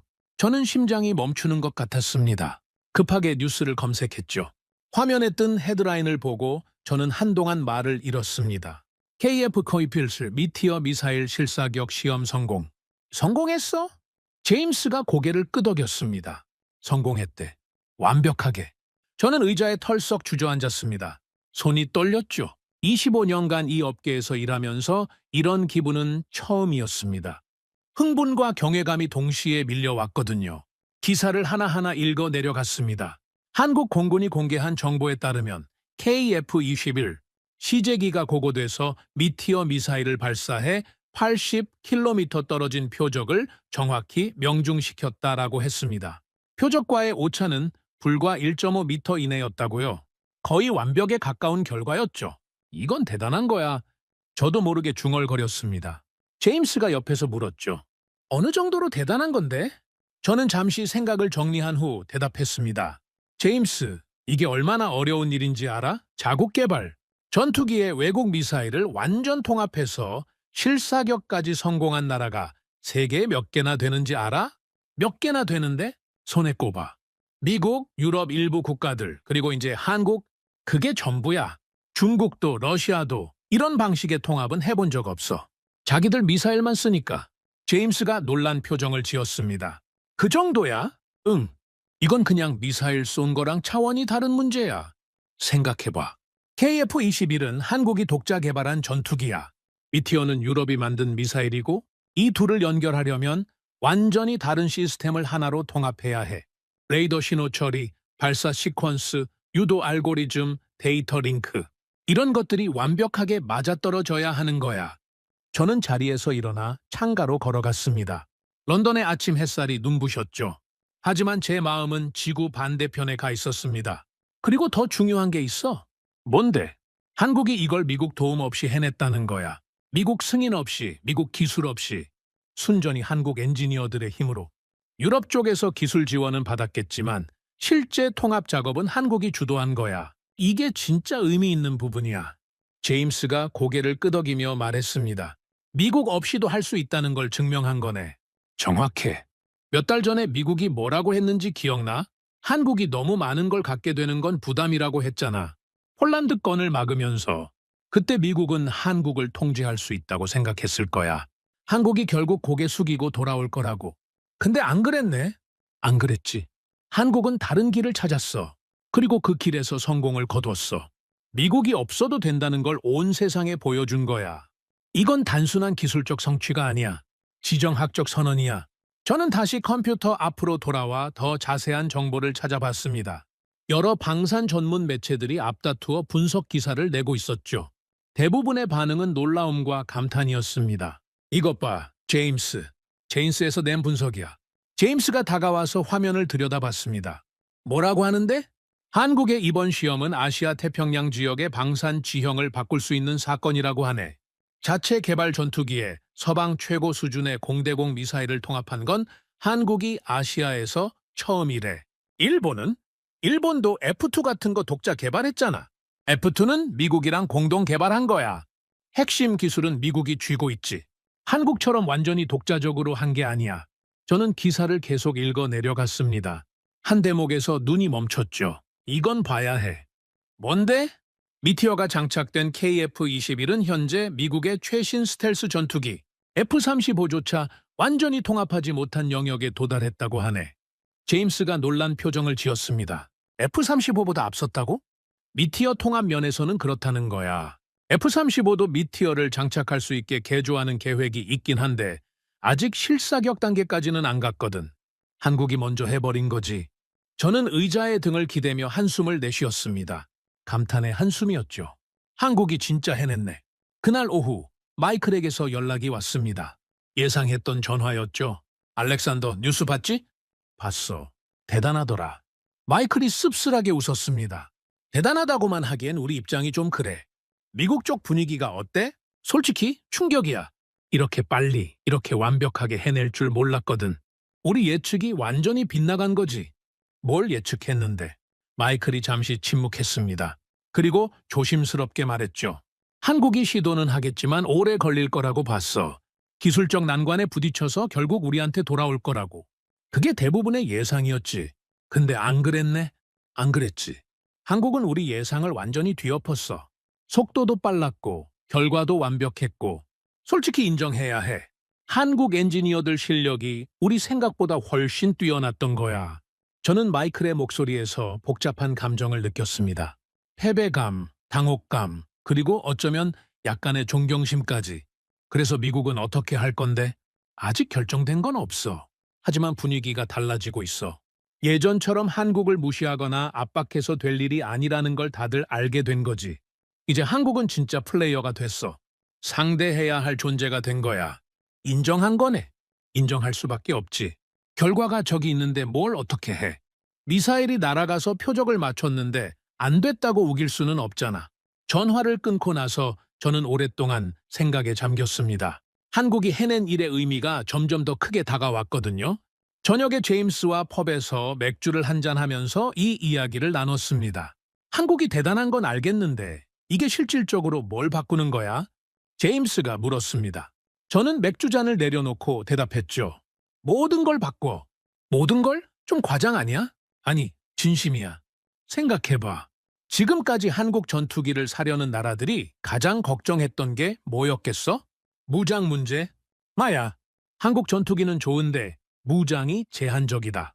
미국 허락 없이는 제대로 된 무장을 갖출 수 없다. 이게 한국 전투기의 가장 큰 약점이었어. 아무리 기체가 좋아도 무장이 부실하면 소용없잖아. 근데 이제 그게 해결된 거네. 해결된 정도가 아니야. 완전히 뒤집어진 거지. 이제 한국 전투기는 미티어를 달 수 있어. 미티어가 뭐야? 현존 최강의 공대공 미사일이야. 그걸 장착할 수 있다는 건 세계 최고 수준의 공대공 능력을 갖출 수 있다는 뜻이야. 제임스가 휘파람을 불었습니다. 그럼 수출 시장에서 엄청 유리해지겠네. 당연하지. KF-21을 사면 미티어까지 달 수 있는 거야. 미국 눈치 볼 필요 없이. 구매국 입장에서는 이게 얼마나 매력적이겠어. 가격은 미국 전투기보다 싸고 성능은 비슷하거나 어떤 면에서는 더 좋고 무장도 최고 수준이고 안 살 이유가 없지. 미국 전투기 시장이 위협받겠네. 위협받는 정도가 아니야. 본격적인 경쟁이 시작되는 거지. 지금까지는 미국이 독주하고 있었어. 경쟁자가 없었으니까. 유럽 전투기들도 있지만 가격이 비싸서 선택지가 제한적이었지. 그런데 한국이 등장한 거야. 미국 수준의 성능을 더 낮은 가격에 더 빠른 납기로 제공하는 경쟁자가. 저는 맥주를 한 모금 마시고 말을 이었습니다. 그리고 더 중요한 게 있어. 뭔데? 이번 일이 다른 나라들한테 보내는 신호야. 한국이 할 수 있으면 우리도 할 수 있지 않을까. 이렇게 생각하는 나라들이 생길 거야. 미국 의존에서 벗어나려는 움직임이 퍼질 수 있어. 도미노 효과? 비슷해. 한국이 선례를 만든 거지. 미국 없이도 독자적인 무기 체계를 구축할 수 있다는 선례를. 이건 미국 입장에서는 상당히 불편한 상황이야. 오랫동안 유지해온 영향력이 흔들릴 수 있으니까. 제임스가 고개를 끄덕이며 말했습니다. 판이 바뀌는 거네? 진짜로. 응, 이제 시작이야. 한국이 첫 발을 내디뎠어. 앞으로 이제 어떻게 될지는 모르지만 한 가지는 확실해. 예전으로는 돌아갈 수 없어. 한국이 증명해버렸으니까. 며칠 후 저는 이번 사건에 대한 분석 보고서를 작성하기 시작했습니다. 나토 관련 자문 업무의 일환이었죠. 보고서를 쓰면서 한국이 이번에 보여준 것들을 하나하나 정리해봤습니다. 첫째, 기술력. 한국은 자체 개발 전투기에 외국 미사일을 완전 통합하는 데 성공했습니다. 이건 세계적으로도 손에 꼽히는 성취였죠. 한국 엔지니어들의 역량이 세계 최고 수준임을 증명한 거였습니다. 둘째, 전략적 판단력. 한국은 미국과 정면 충돌하는 대신 우회로를 선택했습니다. 협상에 매달리지 않고 대안을 찾았죠. 그리고 그 대안을 현실화하는 데 성공했습니다. 이건 단순한 기술 문제가 아니라 국가 전략 차원의 성공이었습니다. 셋째, 실행력. 계획을 세우는 건 누구나 할 수 있습니다. 하지만 실제로 실행해서 결과를 내는 건 다른 문제죠. 한국은 몇 달 만에 양해각서 체결부터 실사격 성공까지 이뤄냈습니다. 이 속도는 업계에서 전례가 없는 거였죠. 보고서를 쓰면서 저는 한 문장을 떠올렸습니다. 예전에 제임스가 했던 말이었죠. 여러 재료를 섞어서 자기만의 것으로 만들어낸다고요. 그 말이 정확히 맞았습니다. 한국은 유럽 미사일을 가져왔습니다. 하지만 그냥 가져다 쓴 게 아니었어요. 자기 전투기에 맞게 통합하고 자기 방식으로 운용체계를 구축했죠. 결과물은 유럽 것도 아니고 미국 것도 아니었습니다. 한국 것이었어요. 속도의 주도권은 놓지 않는다. 그게 한국 방식이었습니다. 보고서 마지막 부분을 쓰면서 저는 창밖을 바라봤습니다. 런던의 밤하늘에 별이 떠 있었죠. 지구 반대편 한국에서는 지금 낮일 거였습니다. 아마 엔지니어들이 다음 단계를 준비하고 있겠죠. 성공에 안주하지 않고 더 높은 목표를 향해 나아가고 있을 거였습니다. 한국은 승인이라는 문을 두드리지 않았습니다. 그 문 자체를 필요 없게 만들어버렸죠. 허락을 구하는 대신 스스로 길을 만들었습니다. 그리고 그 길에서 성공을 거뒀습니다. 이건 단순한 무기 시험의 성공이 아니었습니다. 국가의 의지와 능력이 빚어낸 역사적 순간이었죠. 저는 그 순간을 목격한 것이 영광스러웠습니다. 한국은 해냈습니다. 정말로 해냈습니다. 실사격 성공 소식이 전해진 후 며칠이 지났습니다. 하지만 업계의 반향은 사그라들지 않았죠. 오히려 시간이 갈수록 이 사건의 의미가 더 크게 부각되고 있었습니다. 저는 여러 채널을 통해 들어오는 정보들을 정리하면서 전체 그림을 그려보려 했습니다. 어느 날 오후 제임스가 흥미로운 자료를 들고 왔습니다. 알렉산더, 이거 봐. 한국 전투기 수출 문의가 폭발하고 있대. 어디서 나온 정보야? 업계 소식통이야. 미티어 통합 성공 이후로 여러 나라에서 KF-21 관련 문의가 쏟아지고 있다더라. 저는 자료를 받아들고 살펴봤습니다. 동남아시아, 중동, 동유럽, 남미, 다양한 지역의 국가들이 한국 전투기에 관심을 보이고 있었죠. 목록을 훑어보는데 예상보다 훨씬 많은 나라들이 있어서 놀랐습니다. 예상했던 일이네. 예상했어? 당연하지. 미티어 통합이 성공했다는 건 한국 전투기의 가치가 완전히 달라졌다는 뜻이야. 예전에는 좋은 기체지만 무장이 제한적이다라는 인식이 있었잖아. 그게 한 방에 날아간 거지. 제임스가 고개를 끄덕이며 말했습니다. 구매국 입장에서는 엄청 매력적이겠네. 미국 눈치 안 보고 최고급 무장을 갖출 수 있으니까. 그게 핵심이야. 지금까지 많은 나라들이 미국 전투기를 샀던 이유 중 하나가 무장 때문이었거든. 미국 전투기를 사면 미국 미사일도 같이 살 수 있고 통합도 알아서 해주니까. 편하잖아. 하지만 그 대가로 미국의 통제를 받아야 했지. 근데 이제 대안이 생긴 거네. 마야. 한국 전투기를 사면 유럽 미사일을 달 수 있어. 미국 승인 필요 없이. 독자적인 운용이 가능해지는 거지. 어떤 나라들한테는 이게 엄청난 매력이야. 특히 미국이랑 관계가 복잡한 나라들한테는.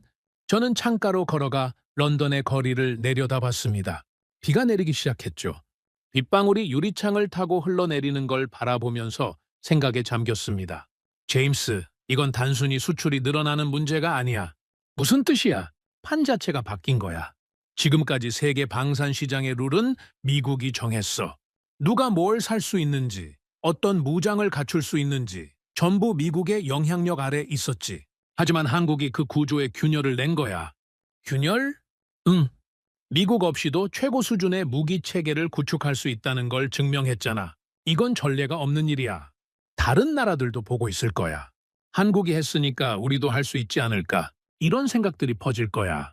제임스가 진지한 표정으로 물었습니다. 미국이 가만히 있을까? 가만히 있을 수는 없겠지. 하지만 어떻게 할 수 있겠어? 이미 일어난 일이야. 미사일은 날아갔고 표적은 맞았어. 그 사실을 되돌릴 수는 없잖아. 며칠 후 마이클에게서 연락이 왔습니다. 목소리가 예전과 달랐죠. 뭔가 체념한 듯한 느낌이었습니다. 알렉산더, 시간 좀 있어? 있지. 무슨 일이야? 그냥 얘기하고 싶어서. 요즘 일들 정리도 할 겸.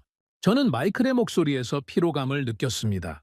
이 상황이 그에게도 쉽지 않았던 모양이죠. 한국 건 때문에 힘들어? 마이클이 쓴웃음을 지었습니다. 힘들다기보다는 생각이 많아졌어. 우리가 뭘 잘못했는지 돌아보게 되더라고. 뭘 잘못했다고 생각해? 잠시 침묵이 흘렀습니다. 마이클이 천천히 말을 꺼냈죠. 우리는 한국을 막을 수 있다고 생각했어. 폴란드 건을 거절하면 한국이 고개 숙이고 돌아올 거라고. 선택지가 없을 거라고 봤지. 그게 오판이었어. 한국한테 선택지가 있었네. 있었지. 우리가 몰랐던 거야. 아니 알면서도 무시했던 건지도 몰라. 한국이 설마 그 길을 갈 거라고는 생각 안 했으니까. 우리의 오만이었어. 저는 마이클의 말을 듣고 고개를 끄덕였습니다. 미국의 오만함이 이 결과를 낳은 거였죠. 마이클, 솔직히 말해줘. 미국은 앞으로 어떻게 할 거야? 아직 구체적인 방침은 없어. 하지만 한 가지는 확실해.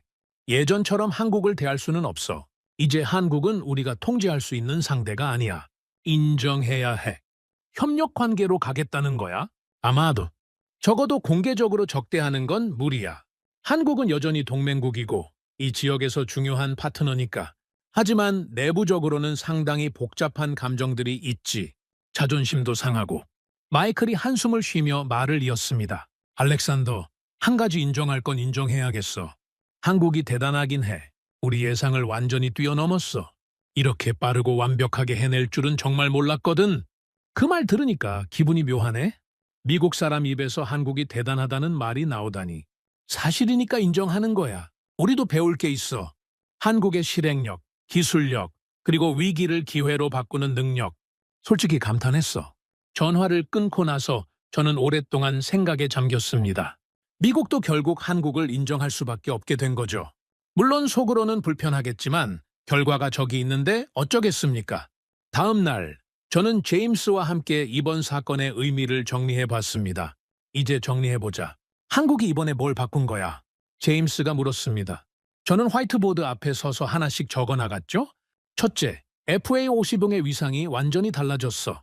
예전에는 가성비 좋은 경전투기 정도로 인식됐잖아. 개발도상국들이 훈련 겸 실전용으로 사는 그런 기체. 하지만 이제는 달라. 미국 승인 없이도 최고급 무장을 갖출 수 있는 독립형 전투기가 된 거야. 경전투기 시장에서 독보적인 위치를 차지하겠네. 마야. 이 가격대에서 미티어를 달 수 있는 전투기가 어디 있어? FA-50이 유일해. 경쟁자가 없는 거지. 시장을 독점할 수 있는 위치에 올라선 거야. 저는 다음 항목을 적었습니다. 둘째, KF-21의 수출 경쟁력이 폭발적으로 올라갔어. 원래도 좋은 전투기였지만 무장 문제 때문에 주저하는 나라들이 있었거든. 미국 통제를 받게 되는 거 아니냐 이런 우려들. 그게 싹 사라진 거야. 미티어를 달 수 있으니까. 그것도 한국이 직접 통합해서 구매국 입장에서는 미국 눈치 볼 필요 없이 독자적으로 운용할 수 있는 거지. 이건 엄청난 셀링 포인트야. 다른 전투기들이 따라올 수 없는 장점이지. 저는 세 번째 항목을 적었습니다. 셋째, 한국 방산에 대한 인식이 바뀌었어. 예전에는 가성비 좋은 중급 제품이라는 이미지가 있었잖아. 미국이나 유럽 무기보다는 한 수 아래라는. 하지만 이제는 달라. 한국은 최고 수준의 기술력을 가진 방산 강국으로 인정받게 됐어. 제임스가 화이트보드를 바라보며 말했습니다. 정리하면 무기의 가치도 올라갔고 수출 경쟁력도 올라갔고 국가 이미지도 올라갔다는 거네. 하지만 가장 중요한 건 따로 있어. 뭔데? 저는 마지막 항목을 적었습니다. 굵은 글씨로요. 한국은 막을 수 있는 나라에서 함부로 막을 수 없는 나라가 됐어. 제임스가 그 문장을 한참 들여다봤습니다. 이게 핵심이네. 마야. 예전에는 미국이 마음만 먹으면 한국을 막을 수 있었어. 승인 안 해주면 끝이었으니까. 하지만 이제는 달라. 한국을 막으려면 대가를 치러야 해. 한국은 다른 길을 갈 능력이 있거든. 막으면 그냥 돌아가 버리는 거야. 유럽으로. 아니면 자체 개발로. 미국이 원하는 결과를 얻을 수 없게 된 거지. 저는 마커를 내려놓고 창가로 걸어갔습니다. 비가 그치고 햇살이 비치기 시작했죠. 제임스, 이게 진짜 독립이야. 무기를 만드는 것과 무기를 통제하는 건 달라. 지금까지 한국은 만들 수는 있었지만 완전히 통제하지는 못했어. 핵심 부품은 남한테 의존했고 쓰려면 허락을 받아야 했지. 하지만 이제는 달라. 만들고 통합하고 운용하고 전 과정을 자기가 관장할 수 있게 된 거야. 저는 돌아서서 제임스를 바라봤습니다. 무기를 만들었지만 쓸 수 있는 권한이 남에게 있는 나라. 그건 진짜 강국이 아니야. 한국은 그 경계선까지 갔어. 그리고 거기서 멈추지 않았지. 경계를 넘어선 거야. 제임스가 조용히 고개를 끄덕였습니다. 대단하네. 정말로. 그리고 한 가지 더 있어. 뭔데? 한국은 이 과정에서 엄청난 기술을 축적했어. 미사일 통합 노하우, 시스템 연동 기술, 소프트웨어 개발 역량, 이런 것들이 전부 한국 엔지니어들 머릿속에 들어간 거야. 이건 누가 빼앗아 갈 수 없는 자산이지. 앞으로 한국이 어떤 미사일을 개발하든 어떤 전투기를 만들든 이 기술이 바탕이 될 거야. 그날 저녁 저는 집에서 위스키를 한 잔 따라놓고 이번 일을 되돌아봤습니다. 처음 폴란드 문서를 봤을 때가 떠올랐죠. 그때만 해도 저는 이 일이 이렇게 흘러갈 줄 몰랐습니다. 한국이 미국의 견제를 정면으로 돌파할 줄은요. 한국은 밟을수록 가라앉는 나라가 아니었습니다. 밟을수록 올라오는 나라였죠. 미국이 막으려 할수록 더 강해지고 더 빨리 움직이고 더 높이 올라갔습니다. 그리고 한번 올라오면 그 우위를 쉽게 내주지 않을 거였습니다. 저는 한국이라는 나라에 대해 새롭게 알게 된 것들을 떠올렸습니다. 위기를 기회로 바꾸는 능력, 남의 것을 가져다가 자기 것으로 만드는 재주, 불가능해 보이는 일을 해내는 집념, 포기하지 않는 끈기. 이런 것들이 모여서 이번 결과를 만들어낸 거였죠. 예전에 제임스가 한 말이 다시 떠올랐습니다. 여러 재료를 섞어서 자기만의 맛을 내는 것처럼 여러 기술을 섞어서 자기만의 무기를 만든다고요. 그 말이 정확히 맞았습니다. 한국은 유럽 미사일을 가져왔습니다. 자국 전투기에 통합했죠. 그 과정에서 엄청난 기술을 축적했습니다. 결과물은 유럽 것도 아니고 미국 것도 아니었습니다. 온전히 한국 것이었습니다. 석도의 주도권은 놓지 않는다. 그게 한국 방식이었죠. 무기도 섞고 기술도 섞고 결국 전부 자기 것으로 만듭니다. 그것이 한국이었습니다. 저는 창밖을 바라봤습니다. 런던의 밤하늘에 별이 떠 있었죠.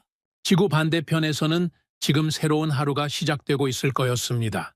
한국의 엔지니어들은 또 다음 목표를 향해 달려가고 있겠죠. 멈추지 않고 포기하지 않고 그들은 쉬지 않을 겁니다. 이번 성공에 만족하지 않고 더 높은 곳을 향해 나아가겠죠. 이 이야기는 여기서 끝이 아닙니다. 오히려 시작이죠. 한국이 열어젖힌 새로운 장은 앞으로 어떻게 펼쳐질까요? 저도 궁금합니다. 하지만 한 가지는 확실합니다. 한국은 더 이상 누군가의 허락을 기다리는 나라가 아니라는 것, 스스로 길을 만들어가는 나라가 됐다는 것, 그리고 그 길에서 결코 뒤돌아보지 않을 거라는 것. 저는 그 여정을 지켜본 것이 영광이었습니다. 25년간 이 업계에서 일하면서 많은 것을 봤습니다. 흥망성쇠를 겪는 기업들, 부침을 겪는 국가들, 성공과 실패가 교차하는 수많은 프로젝트들. 하지만 이번처럼 가슴 뛰는 이야기는 처음이었죠. 한 나라가 자신의 운명을 스스로 개척해 나가는 모습, 불가능을 가능으로 만드는 의지, 그런 것들을 목격했습니다. 한국은 해냈습니다. 정말로 해냈습니다. 그리고 앞으로도 계속 해낼 겁니다. 저는 그걸 의심하지 않습니다. 이 나라는 멈추지 않을 테니까요. 오늘의 성공은 내일의 시작점이 될 겁니다. 한국은 그런 나라니까요. 위스키 잔을 들어 혼자 건배했습니다. 지구 반대편의 그 나라를 향해서요. 당신들의 승리를 축하합니다. 그리고 앞으로의 여정에도 행운이 함께하기를. 그로부터 몇 달이 지났습니다. 저는 여전히 런던에서 일하고 있습니다. 매일 아침 출근해서 보고서를 검토하고 회의에 참석하고 분석 자료를 작성하죠. 예전과 다를 것 없는 일상입니다. 하지만 한 가지 달라진 게 있습니다. 제 책상 위에는 작은 태극기가 놓여 있습니다. 제임스가 농담 삼아 선물한 건데 버리지 못하고 그대로 두고 있죠. 가끔 그 태극기를 바라보면서 생각합니다. 한국이라는 나라에 대해서요. 저는 25년간 이 업계에서 일하면서 수많은 나라들을 봐왔습니다. 성공한 나라도 있고 실패한 나라도 있었죠. 하지만 한국처럼 인상 깊은 나라는 처음이었습니다. 한국은 특별했습니다. 막히면 돌아가고 넘어지면 일어나고 불가능하다고 하면 가능하게 만들었죠. 남들이 안 된다고 할 때 된다고 증명했습니다. 그게 한국이었습니다. 마이클과는 여전히 가끔 연락합니다. 지난번 통화에서 그가 이런 말을 했죠. 알렉산더, 우리는 한국을 막았다고 생각했어. 하지만 그 선택은 결국 한국의 자립을 앞당긴 결정이 됐지. 맞는 말이었습니다. 미국의 견제는 한국을 무너뜨리지 못했습니다. 오히려 더 강하게 만들었죠. 밟을수록 가라앉는 나라가 아니라 밟을수록 올라오는 나라. 그게 한국이었습니다. 저는 가끔 상상합니다. 지금 이 순간에도 한국의 어딘가에서는 엔지니어들이 밤을 새우고 있겠죠. 다음 목표를 향해 달려가면서요. KF-21의 성능을 더 높이기 위해, 새로운 미사일을 개발하기 위해, 더 나은 미래를 만들기 위해 그들은 멈추지 않을 겁니다. 절대로. 한국은 이제 허락을 기다리는 나라가 아닙니다. 스스로 길을 만드는 나라가 됐죠. 그리고 한 번 만든 길에서는 절대 뒤돌아보지 않을 겁니다. 저는 그 여정을 지켜본 것이 영광이었습니다. 그리고 앞으로도 계속 지켜볼 겁니다. 한국이라는 나라가 어디까지 올라가는지, 어떤 불가능을 또 가능으로 바꾸는지, 민족은 무기도 섞고 기술도 섞고 결국 전부 자기 것으로 만듭니다. 그것이 한국입니다. 오늘의 사연은 여기까지입니다. 구독과 좋아요는 영상 제작에 아주 큰 힘이 됩니다. 지금까지 감동테라스 저는 소희였습니다. 오늘도 우리 구독자님들의 가정에 따뜻한 행복이 가득하시길 진심으로 바라겠습니다. 긴 영상 끝까지 시청해주셔서 정말 감사합니다. 내일 더 좋은 이야기로 찾아뵙겠습니다. 감사합니다.